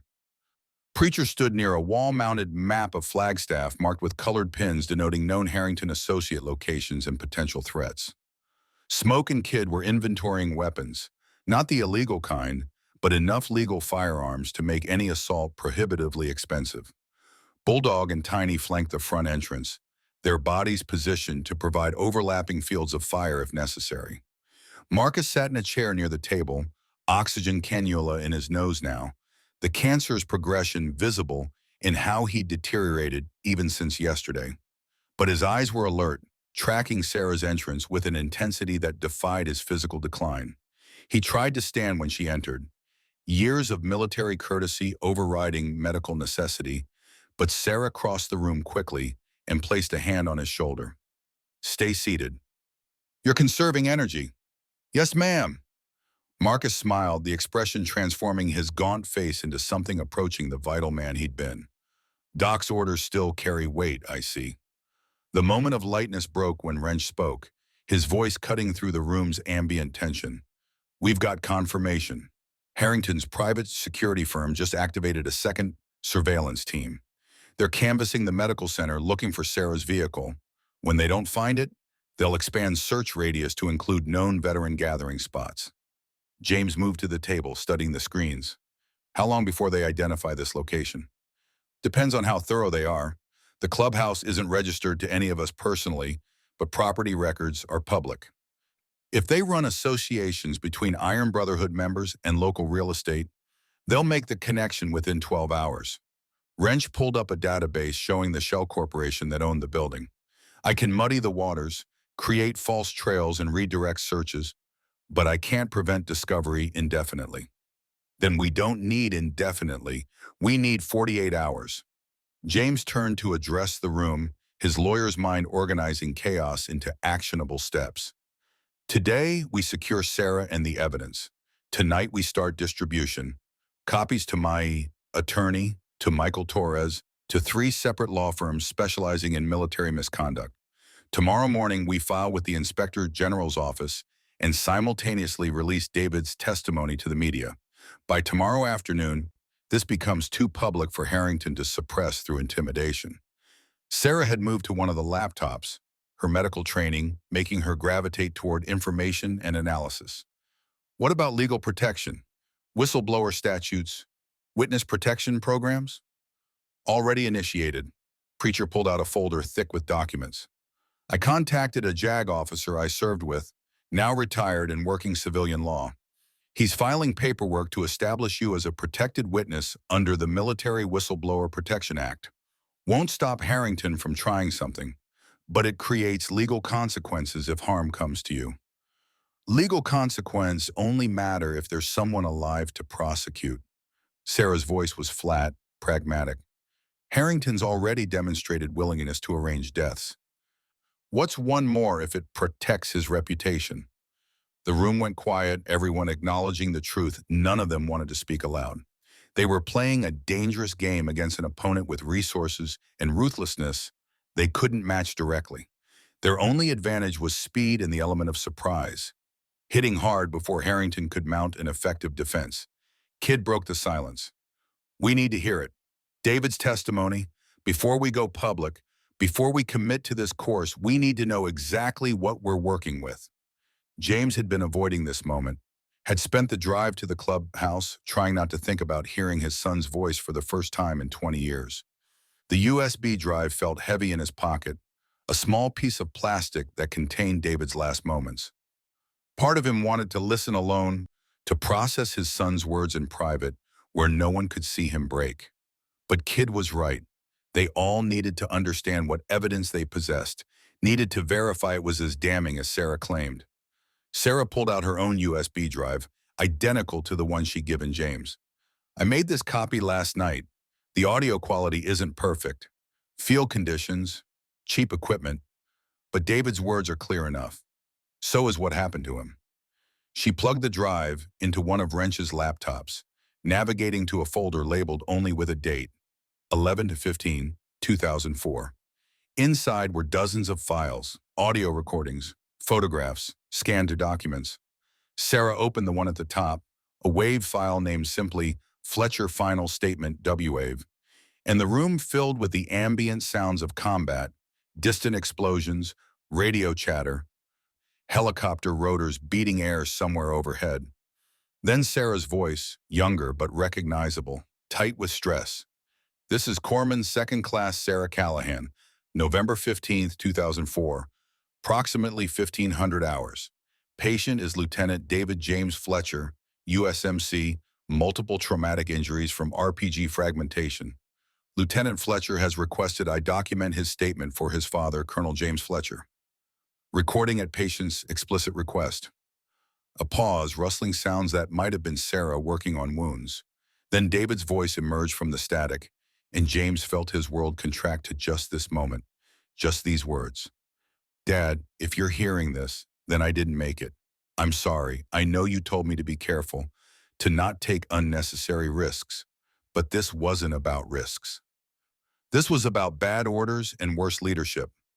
David's voice was strained, pain evident in every syllable, but the words came with a clarity that suggested he'd been planning what to say. General Harrington sent my squad into Sector 7 without proper EOD clearance. We questioned the order. I questioned it directly on open channel, but he overrode all objections. Said we had a high-value target about to escape, said time was critical, said we'd be heroes for capturing this guy. Except there was no high-value target. We walked into an IED field that hadn't been cleared, and when the first device went off, it triggered a chain reaction. 4 Marines died instantly. I only survived because I was at the rear of the formation.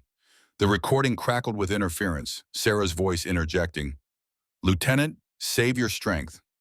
We can do this later." "No, has to be now." David's breathing was labored, wet-sounding in a way that made James's medical ignorance sufficient to understand how badly his son was injured. "Dad, Harrington's son was the one who provided the intelligence. Lieutenant Marcus Harrington, Jr. He claimed a source gave him actionable intel, but I saw the communications logs. There was no source. Junior fabricated the whole thing, probably trying to make himself look good, and when it went bad, his father sent us in anyway to validate the story. We were sacrificed to protect the Harrington family reputation."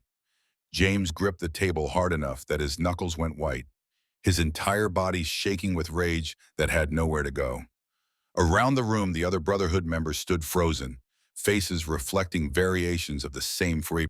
This wasn't speculation or theory. This was first-hand testimony from a dying Marine, recorded in real time, impossible to discredit as false memory or reconstruction.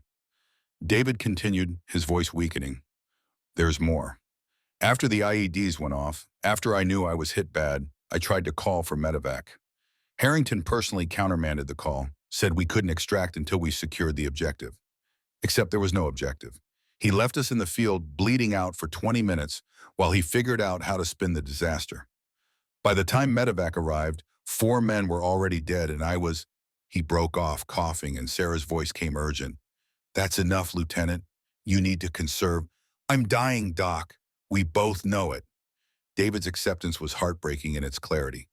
"Dad, I need you to hear this from me. I'm not dying because I was a hero. I'm dying because a general valued his son's career over Marine lives. Don't let them tell you I died in combat like it was honorable. This was murder by negligence, and Harrington needs to answer for it." The recording continued for another minute, David's breathing becoming more labored, Sarah working frantically while trying to maintain professional composure. The ambient chaos of combat operations continuing regardless of individual tragedy. Then David spoke one last time, so quiet that James had to lean closer to the laptop to hear. "Tell my dad I love him. Tell him I'm sorry I won't be there for the important stuff. Tell him to make this mean something. Make them..." The sentence ended incomplete, replaced by the steady beep of medical equipment and Sarah's voice, raw with grief. "Time of death, 15-14 hours. Lieutenant David James Fletcher, United States Marine Corps. He deserved better than this. They all deserved better." The recording ended, leaving silence that felt like a physical weight. James stood with tears running down his face, no longer trying to hide or control them. He'd spent 20 years wondering what David's last thoughts had been, what his son's final words might have been. Now he knew, and the knowing was both gift and curse. Proof that David had died thinking of him, but also proof that his son's death had been preventable, unnecessary, the result of cowardice and corruption at the highest levels. Marcus spoke first, his voice thick. "That's it. That's everything we need." David told us exactly what happened and Pierce. No military court could hear that testimony and not demand investigation. Unless they decide the testimony is unreliable because David was dying and possibly confused. Smoke's cynicism came from years of seeing how institutions protected themselves. Harrington's lawyers will argue diminished capacity, pain medication, trauma affecting judgment. They'll try to dismiss everything David said as the confused ramblings of a wounded man. Sarah shook her head firmly. "I administered minimal pain medication, morphine, but not enough to cause significant cognitive impairment. My field notes document David's alertness and orientation right up until he lost consciousness. And the medical details he provided about Harrington's order to delay medevac can be verified through communication logs if those haven't been destroyed." Wrench was already typing. "Some of those logs are declassified now. Give me 30 minutes and I can pull radio transcripts from the day David died. If Harrington really did countermand a medevac request, it'll be in the official record somewhere." "Do it." James wiped his eyes roughly, emotion being compartmentalized the way Marines were trained to do in crisis situations. We need every piece of supporting evidence we can find. Sarah's testimony is powerful, but we need it corroborated by independent sources. Medical records, communication logs, after-action reports, anything that establishes a pattern of negligence or cover-up. Preacher had moved to stand beside James, his presence offering silent support. What about the photographs Sarah mentioned? Are those on the drive? Sarah navigated to another folder, opening a series of images that showed the aftermath of the IED attack. The photos were clinical, taken with the detached perspective of medical documentation rather than emotional response. But their content was devastating. Craters in the road large enough to swallow vehicles, debris scattered across a 100-meter radius, and bodies, or pieces of bodies, covered in emergency blankets. One photo showed David's position, marked with a medical tag, blood soaking into Iraqi sand in patterns that looked obscene in their randomness. But the most damning photos were the ones showing the scene from a wider perspective. Sarah had climbed to a vantage point and photographed the entire sector, and the images clearly showed multiple IEDs that were marked with EOD warning flags. The devices had been identified but not yet cleared, meaning anyone with access to EOD reports would have known the area was dangerous. Sending a squad through that sector wasn't a calculated risk. It was deliberate negligence bordering on murder. These photos prove Harrington knew. Kid's EOD background made him zero in on the crucial details. Those warning flags are standard protocol. They're bright orange, visible from 50 meters, and they're only placed after EOD confirms explosive devices. The fact that David's squad was ordered into an area with active warning flags means Harrington either ignored or suppressed EOD recommendations. James felt pieces clicking into place, the lawyer in him constructing a case that would be difficult to refute. They had David's testimony providing motive and timeline. They had Sarah's medical documentation establishing the facts of what happened and when. They had photographs proving the sector was known to be dangerous. And with wrench-pulling communication logs, they'd have evidence of Harrington's specific orders. It was a complete case, the kind that would survive scrutiny and force investigations regardless of how much influence Harrington wielded. We need to move tonight. James looked around the room, seeing agreement in every face. Harrington knows we're looking for Sarah, which means he knows we're close to something. If we wait, if we give him time to prepare defenses or destroy evidence, we lose our advantage. So tonight we distribute everything. By morning, copies of this testimony are in so many hands that Harrington can't suppress them all. Preacher pulled out his phone. I'll contact my JAG friend, have him standing by to file with the Inspector General the moment we give the word. James, you reach out to Michael Torres and any other journalists you trust. Wrench, you get everything uploaded to secure servers with automatic release triggers. We treat this like we're going into combat. Multiple redundancies, no single points of failure. The next 4 hours were a controlled chaos of preparation. James drafted a statement to accompany David's testimony, laying out the facts in clear language that couldn't be misinterpreted or spun. Sarah worked with Preacher's JAG contact to ensure her whistleblower protections were properly filed and documented. Wrench created a website designed to handle high traffic, preloaded with all the evidence, ready to go live the moment they pressed release. Smoke and Kid established security protocols for the clubhouse, planning watch rotations and escape routes if Harrington's people tried a direct assault. Marcus sat in his chair, oxygen flowing, but his eyes tracked everything with fierce attention. He'd been waiting 20 years for this moment just like James had, waiting for proof that the brothers he'd lost weren't just casualties of war, but victims of corruption. Now that moment was here, and despite his body's betrayal, Marcus seemed more alive than he had in months. Sarah approached Marcus during a quiet moment, pulling up a chair beside him. How are you feeling? Pain levels manageable? I'm dying, Doc. Pain's relative at this point. Marcus smiled to soften the bluntness. But I'm going to live long enough to see Harrington arrested. That's all I need. You might live longer than you think. Sometimes when people have something to fight for, something that gives them purpose, they exceed medical expectations. Sarah's voice was gentle, the bedside manner of someone who delivered both good news and bad news countless times. The mind has power over the body in ways we don't fully understand. Then I'll will myself to survive long enough to testify at Harrington's court-martial. Marcus's hand found Sarah's, gripping with surprising strength. Thank you for saving my life in Fallujah and for having the courage to save David's memory now. A lot of people would have stayed silent, would have chosen safety over truth. Sarah's eyes glistened. I stayed silent for 20 years. I don't know that courage is the word for finally doing what I should have done decades ago. Better late than never. Marcus released her hand, settling back into his chair. And for what it's worth, I understand why you waited. Fear isn't weakness, especially when the people you love are threatened. You protected your mother, and there's no shame in that.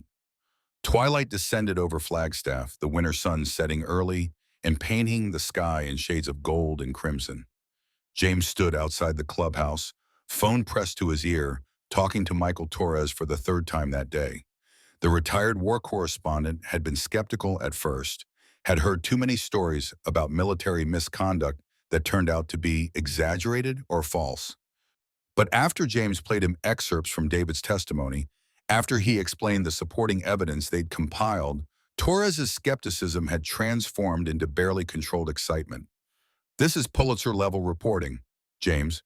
If everything you're telling me checks out, if the evidence is as solid as you claim, this could bring down not just Harrington, but potentially dozens of other officers who've been covering for him.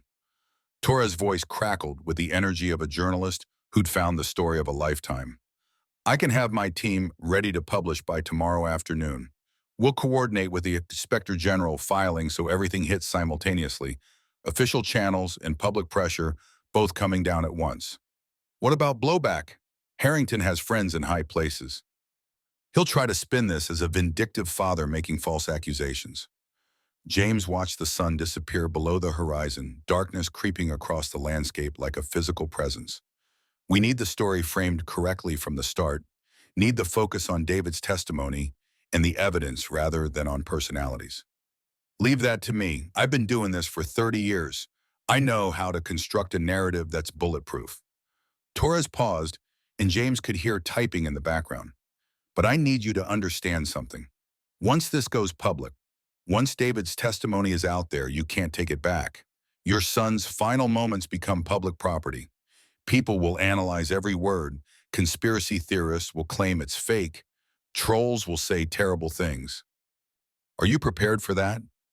James had been preparing for 20 years, had imagined this moment countless times in countless variations.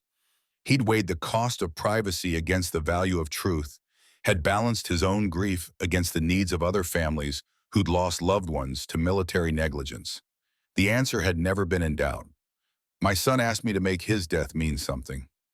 This is how I do that. Whatever comes, whatever people say, at least David's truth will be known. Then we go tomorrow. I'll start drafting the story tonight, have it ready for publication the moment you give me final authorization. Torres's tone shifted, becoming more somber. James, I'm sorry about David. What happened to him, what Harrington did, it's unconscionable. But your son sounds like he was a hell of a Marine, the kind who cared more about truth than personal comfort. You should be proud. I am every day. James ended the call and stood in the darkness for another minute, letting the cold air clear his head. Tomorrow would change everything. Tomorrow, Harrington's carefully constructed reputation would start crumbling. Tomorrow, other families might finally get answers about their own lost loved ones. Tomorrow, the truth would stop being something James carried alone and become something shared by millions. He went back inside to find the team gathered around Wrench's laptops, all of them staring at one screen with expressions ranging from anger to disbelief. Wrench looked up when James approached. Found the communication logs. Harrington's countermand of the medevac request is right here in the official record, time-stamped and attributed. He claimed tactical considerations required delaying extraction, but the logs show no hostile activity in the area. He left those Marines bleeding for 23 minutes for no legitimate reason. James leaned over to read the screen, seeing his son's death detailed in bureaucratic military language. The logs were clinical, emotionless, reducing tragedy to timestamps and call signs. But between the lines was murder. Harrington deliberately delaying life-saving assistance because admitting his mistake was less important than marine lives. That's premeditation. James's lawyer mind categorized the offense automatically. Harrington didn't just make a bad call in the heat of combat. He made a conscious decision to let men die rather than face consequences for his son's actions. That's not negligence. That's criminal homicide. Preacher looked up from his own laptop where he'd been coordinating with his JAG contact. The Inspector General's office is ready to receive our filing at 0600 tomorrow. They've been briefed on the general nature of the complaint and have indicated they'll open an immediate investigation given the seriousness of the allegations. Harrington will be placed on administrative leave pending investigation, which means he loses access to military resources he might use to obstruct justice. What about witness protection for Sarah? Bulldog spoke from his position near the door. Once this goes public, once Harrington knows she broke silence, she's at maximum risk. Administrative leave doesn't mean Harrington can't hire private contractors to clean up loose ends. Sarah answered before James could. I'm not going into hiding again. I spent 20 years running from shadows. If Harrington comes after me now, at least it'll be in public where his guilt is obvious. Sometimes being visible is safer than trying to disappear. That's admirably brave and tactically stupid. Smoke's bluntness earned him a glare from Sarah. You're a high-value target for someone with Harrington's resources. He can make your death look like an accident or a random crime, especially if you're out in public with minimal security. You need to stay locked down until he's in custody. How long might that take? Days? Weeks? Months? Sarah gestured around the clubhouse. I can't live in this warehouse indefinitely. I have a career, responsibilities, a life I need to get back to. You'll have a coffin if you're not careful. James's voice was harsher than he intended, but the thought of losing Sarah after finally finding her, after she'd agreed to testify, was intolerable. I've spent 20 years studying Harrington's career, understanding how he operates. He's ruthless, connected, and has no moral boundaries when it comes to self-preservation. The moment this goes public, you become the single biggest threat to him. He'll eliminate that threat if he can. The room fell silent, everyone recognizing the fundamental tension between Sarah's desire for normalcy and the brutal reality of their situation. They dragged her into a war with a general who'd already demonstrated willingness to kill Americans. And now they were asking her to remain a prisoner in protective custody with no clear end date. Marcus broke the stalemate, his voice carrying the weight of someone who had nothing left to lose and therefore could speak uncomfortable truths. Sarah, you're a doctor. You understand triage, understand prioritizing immediate survival over long-term comfort. Right now, staying alive is the priority. Everything else, career, independence, normal life, comes after. We'll keep you safe here for as long as necessary, and when Harrington's in custody, when the danger passes, you can rebuild. But you have to survive first. Sarah looked at Marcus for a long moment, reading something in his gaunt face that made her shoulders sag with acceptance. How long has it been? Since Fallujah? 20 years, 7 months, and 16 days. Marcus didn't hesitate, had obviously been counting. Every morning I wake up is a gift you gave me. If I can give you even a fraction of that time by helping keep you safe now, it's a bargain I'll take without hesitation. The emotional weight of that statement settled over the room like a physical presence. These men, these veterans who'd spent decades learning to suppress emotion and soldier through hardship, were offering themselves as shields because protecting others was what they'd always done, what defined them at their core. Sarah could refuse that protection, could insist on autonomy, but doing so would be rejecting not just security, but the fundamental nature of the people trying to help her. Okay, Sarah's voice was quiet but firm. I'll stay here until it's safe, but I need regular updates. Need to know what's happening and when. I can't just sit in ignorance while my life gets decided by others. Fair enough, James pulled out a chair, gesturing for everyone to sit. Then let's walk through exactly what happens tomorrow, hour by hour, so everyone knows the plan and their role. They spent the next 2 hours choreographing the next day's events with military precision. At 0600, Preacher's JAG contact would file the formal complaint with the Inspector General, attaching David's testimony and all supporting evidence. At 700, Michael Torres would publish his story across multiple platforms simultaneously: Washington Post Online, CNN Digital, his own blog that had a dedicated following among military families. At 0800, Wrench would activate the website containing all evidence, making it publicly accessible and impossible to take down. At 0900, James would hold a press conference at the clubhouse, with Sarah appearing via secure video link to provide her testimony live. Each step had redundancies and contingencies. If the IG's office delayed filing, they'd go to media first. If Torres' story got held by editors, they'd release everything on social media. If the website got attacked, Wrench had mirror sites ready to activate. They were treating this like a military operation because effectively it was an assault on entrenched power using information as their primary weapon. Midnight found most of the Brotherhood bedded down in the clubhouse, using sleeping bags and cots they'd brought from home. Sarah had been given the small office that served as the club president's private space, the most secure room in the building with a reinforced door and window bars. James couldn't sleep, his mind racing through scenarios and complications, so he sat in the main room with Marcus, both of them nursing whiskey and watching the security monitors Wrench had set up. "You think it'll work?"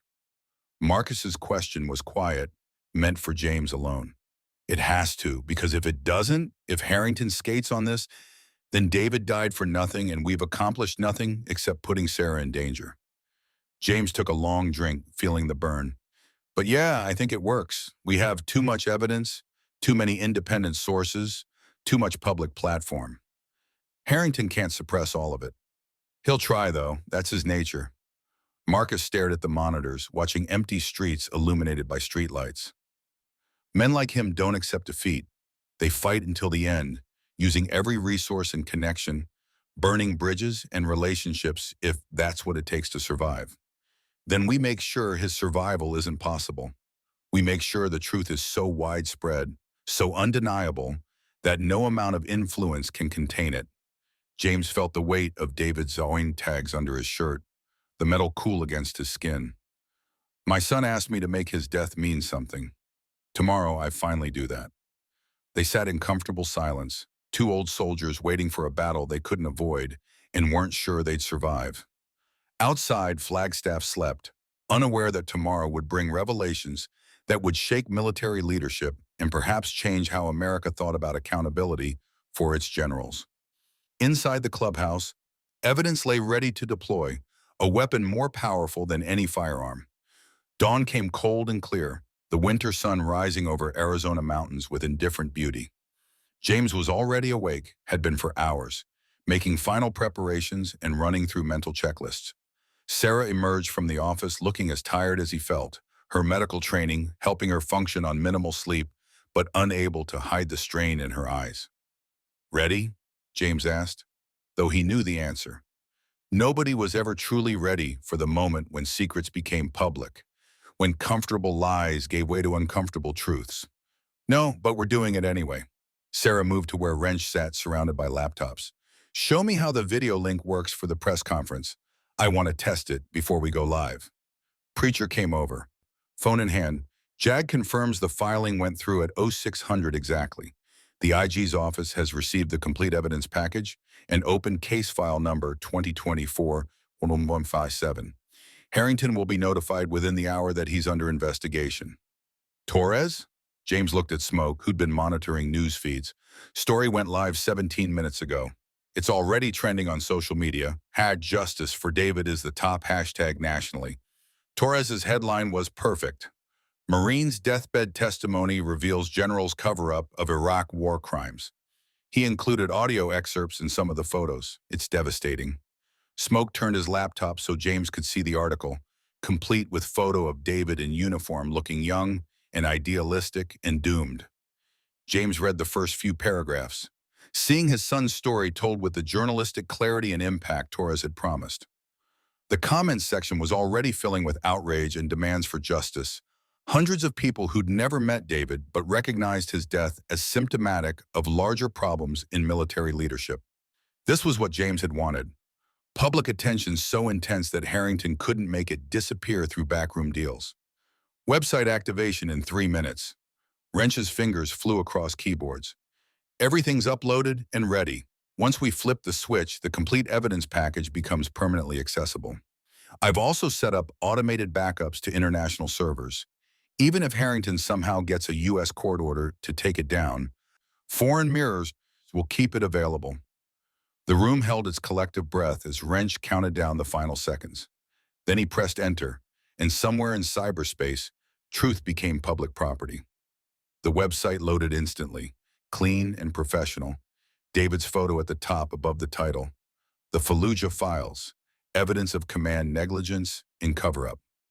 Below that, organized by category, were audio files, documents, photographs, timeline reconstructions, everything they'd compiled, everything Sarah had preserved, everything that proved Harrington's guilt. It's done. Wrench sat back, a small smile on his tired face. No taking it back now.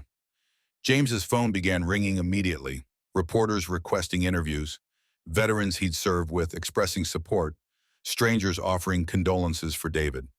He ignored all of it, focusing on the one call that mattered, the press conference scheduled for 0900. Local media had been notified, national outlets were sending representatives, and the feed would be streamed live on multiple platforms. This was the moment 20 years of grief and investigation had built toward. At 0850, James stood in front of the clubhouse's main room, which had been hastily converted into a press area. Folding chairs borrowed from a local VFW hall held 24 journalists, cameras positioned to capture both James and the large monitor where Sarah would appear. The Iron Brotherhood members ringed the room, providing security and silent support. Marcus sat in the front row, oxygen tank beside him, his presence a reminder of what Sarah had saved and what Harrington had cost. The press conference started exactly on schedule. James introduced himself, gave a brief overview of David's service and death, then explained why they were speaking now after 20 years of silence. He played excerpts from David's testimony, not the whole recording, that would come later, but enough to establish what had happened and who was responsible. The room was dead silent as David's voice filled it, the words of a dying Marine accusing a general of murder by negligence, carrying weight that no second-hand account could match. Then Sarah appeared on the monitor bar, the video feed cleared despite her remote location. She gave her testimony calmly, professionally, recounting what she'd witnessed and documenting the threats that had kept her silent. She spoke about 20 years of fear, 20 years of looking over her shoulder, 20 years of living with the knowledge that she'd let corruption win through her silence. And she spoke about why she was breaking that silence now, because some debts couldn't be paid with silence, because truth mattered more than personal safety, because David Fletcher and the other Marines deserved better than to be footnotes in someone's career. The questions came fast after formal statements ended. Reporters wanting clarification, seeking additional details, probing for weaknesses in the testimony. James fielded them with the precision of a trial attorney, never overstating the evidence but never backing down from its implications. Yes, they had independent verification. Yes, they'd filed with proper authorities. Yes, they understood this would be controversial. No, they weren't backing down regardless of pressure. One reporter asked the question James had been expecting. Colonel Fletcher, some might say this is a grief-stricken father making accusations he can't prove, lashing out at a decorated general because you need someone to blame for your son's death. How do you respond? James looked directly into the camera, letting millions of viewers see his face. My son is dead. Nothing I do will change that. But David asked me with his dying breath to make his death mean something, to expose what really happened, to hold accountable the people responsible. I've spent 20 years investigating, 20 years collecting evidence, 20 years preparing for this moment. This isn't grief talking. This is justice demanding recognition. And if General Harrington believes my accusations are false, I invite him to sit for a deposition under oath and explain why my son's testimony, supported by medical records and military communication logs, is wrong. I suspect he won't take me up on that invitation. The press conference lasted 90 minutes, ending only when James called a halt to preserve time for other necessary actions. As reporters filed out, already composing stories and uploading footage, James felt something he hadn't experienced in 2 decades: relief. The secret he'd carried, the investigation he'd pursued alone, the truth that had been his burden was now shared by millions. Whatever happened next, whatever Harrington did or threatened, the story was out and couldn't be retracted. Sarah's video feed remained active after the press ended. How bad is it going to get? Very bad, very fast. James looked at the security monitors, seeing vehicles beginning to gather outside. More reporters, curious locals, possibly Harrington's people. Harrington's world is collapsing. His reputation, his legacy, maybe his freedom, all of it's at risk now. He'll strike back however he can, and you're the most visible target. Then I guess it's good I'm surrounded by combat veterans with trust issues and guns. Sarah tried to smile but couldn't quite manage it.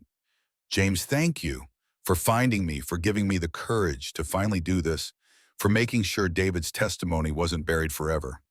Whatever happens now, at least the truth is known. The truth is known, but justice isn't guaranteed. James felt the familiar weight of responsibility settling back onto his shoulders.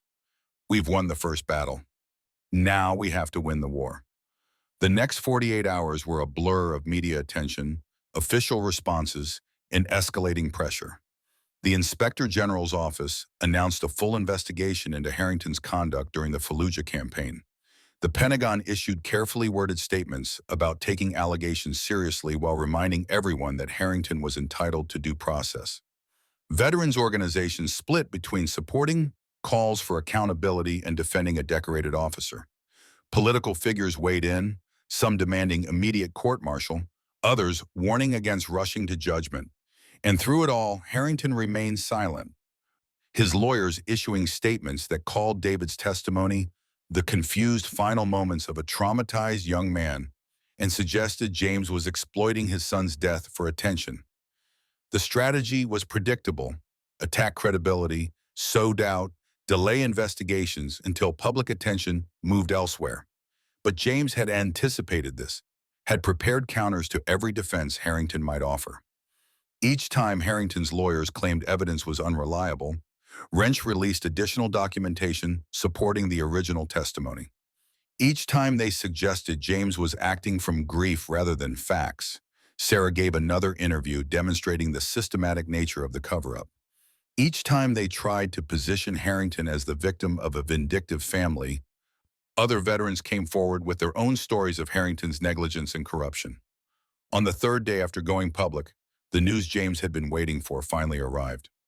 Preacher took the quim, listened for 5 minutes without speaking, then turned to the room with an expression of fierce satisfaction. Harrington's been arrested. Federal agents took him into custody 30 minutes ago on charges of conspiracy to obstruct justice, destruction of government records, and abuse of authority. They're also investigating whether he had any role in his son's death beyond the original cover-up. The clubhouse erupted in celebration. Decades of bottled frustration releasing in shouts and backslaps and embraces. Marcus sat in his chair with tears streaming down his face. Sarah appeared on the video monitor looking stunned. And James felt something unclench in his chest, a knot of rage and grief that had defined him for 20 years suddenly loosening. But the celebration was short-lived because arrest wasn't conviction, custody wasn't accountability. Harrington had resources and connections, would fight every charge with expensive lawyers and character witnesses. The legal battle ahead would be long and brutal, requiring testimony from Sarah and others, requiring James to relive David's death in courtroom after courtroom. They'd won an important victory, but the war wasn't over. Later that evening, as the clubhouse settled into a watchful quiet, James stood outside looking at stars scattered across the Arizona sky. He thought about David, about the son he'd lost, and the testimony that had finally brought truth to light. He thought about Marcus dying in increments, but living long enough to see justice beginning. He thought about Sarah, who'd spent 20 years hiding and now stood exposed but no longer alone. And he thought about the future, about other families who might benefit from precedents set here, about generals who might think twice before sacrificing troops for convenience. Marcus joined him, moving slowly but refusing assistance. We did it. We actually did it. We started it. James kept his eyes on the stars. Finishing will take years, trials, appeals, investigations into everyone who helped Harrington cover his tracks. This is just the beginning. But it's a beginning. Marcus's voice was weak but certain. 20 years ago, David asked you to make his death mean something. Today, right now, you're doing exactly that. Your son would be proud. James felt the dog tags under his shirt again, metal warmed by body heat, a constant reminder of what he'd lost and why he'd fought. David had been 22 when he died, had barely begun to live, had so much potential snuffed out by a general's cowardice. But David's final act, recording that testimony, speaking truth to power even while dying, had set in motion changes that would outlive them all. I hope so. James's voice was rough with emotion. God, I hope so. They stood together in the darkness, two old warriors who'd survived when others hadn't, carrying memories and scars and a determination that time couldn't erode. Inside the clubhouse, their brothers maintained watch, protecting Sarah and evidence and each other. Above them, stars wheeled through their ancient patterns, indifferent to human struggles but bearing witness nonetheless. Tomorrow would bring new challenges, legal proceedings, continued media attention, possibly threats from Harrington's remaining allies. But tonight, for the first time in 20 years, James Fletcher could look at his son's photograph without feeling the crushing weight of unanswered questions. The truth was known, justice was in motion, and David's final request to make his death mean something had been honored.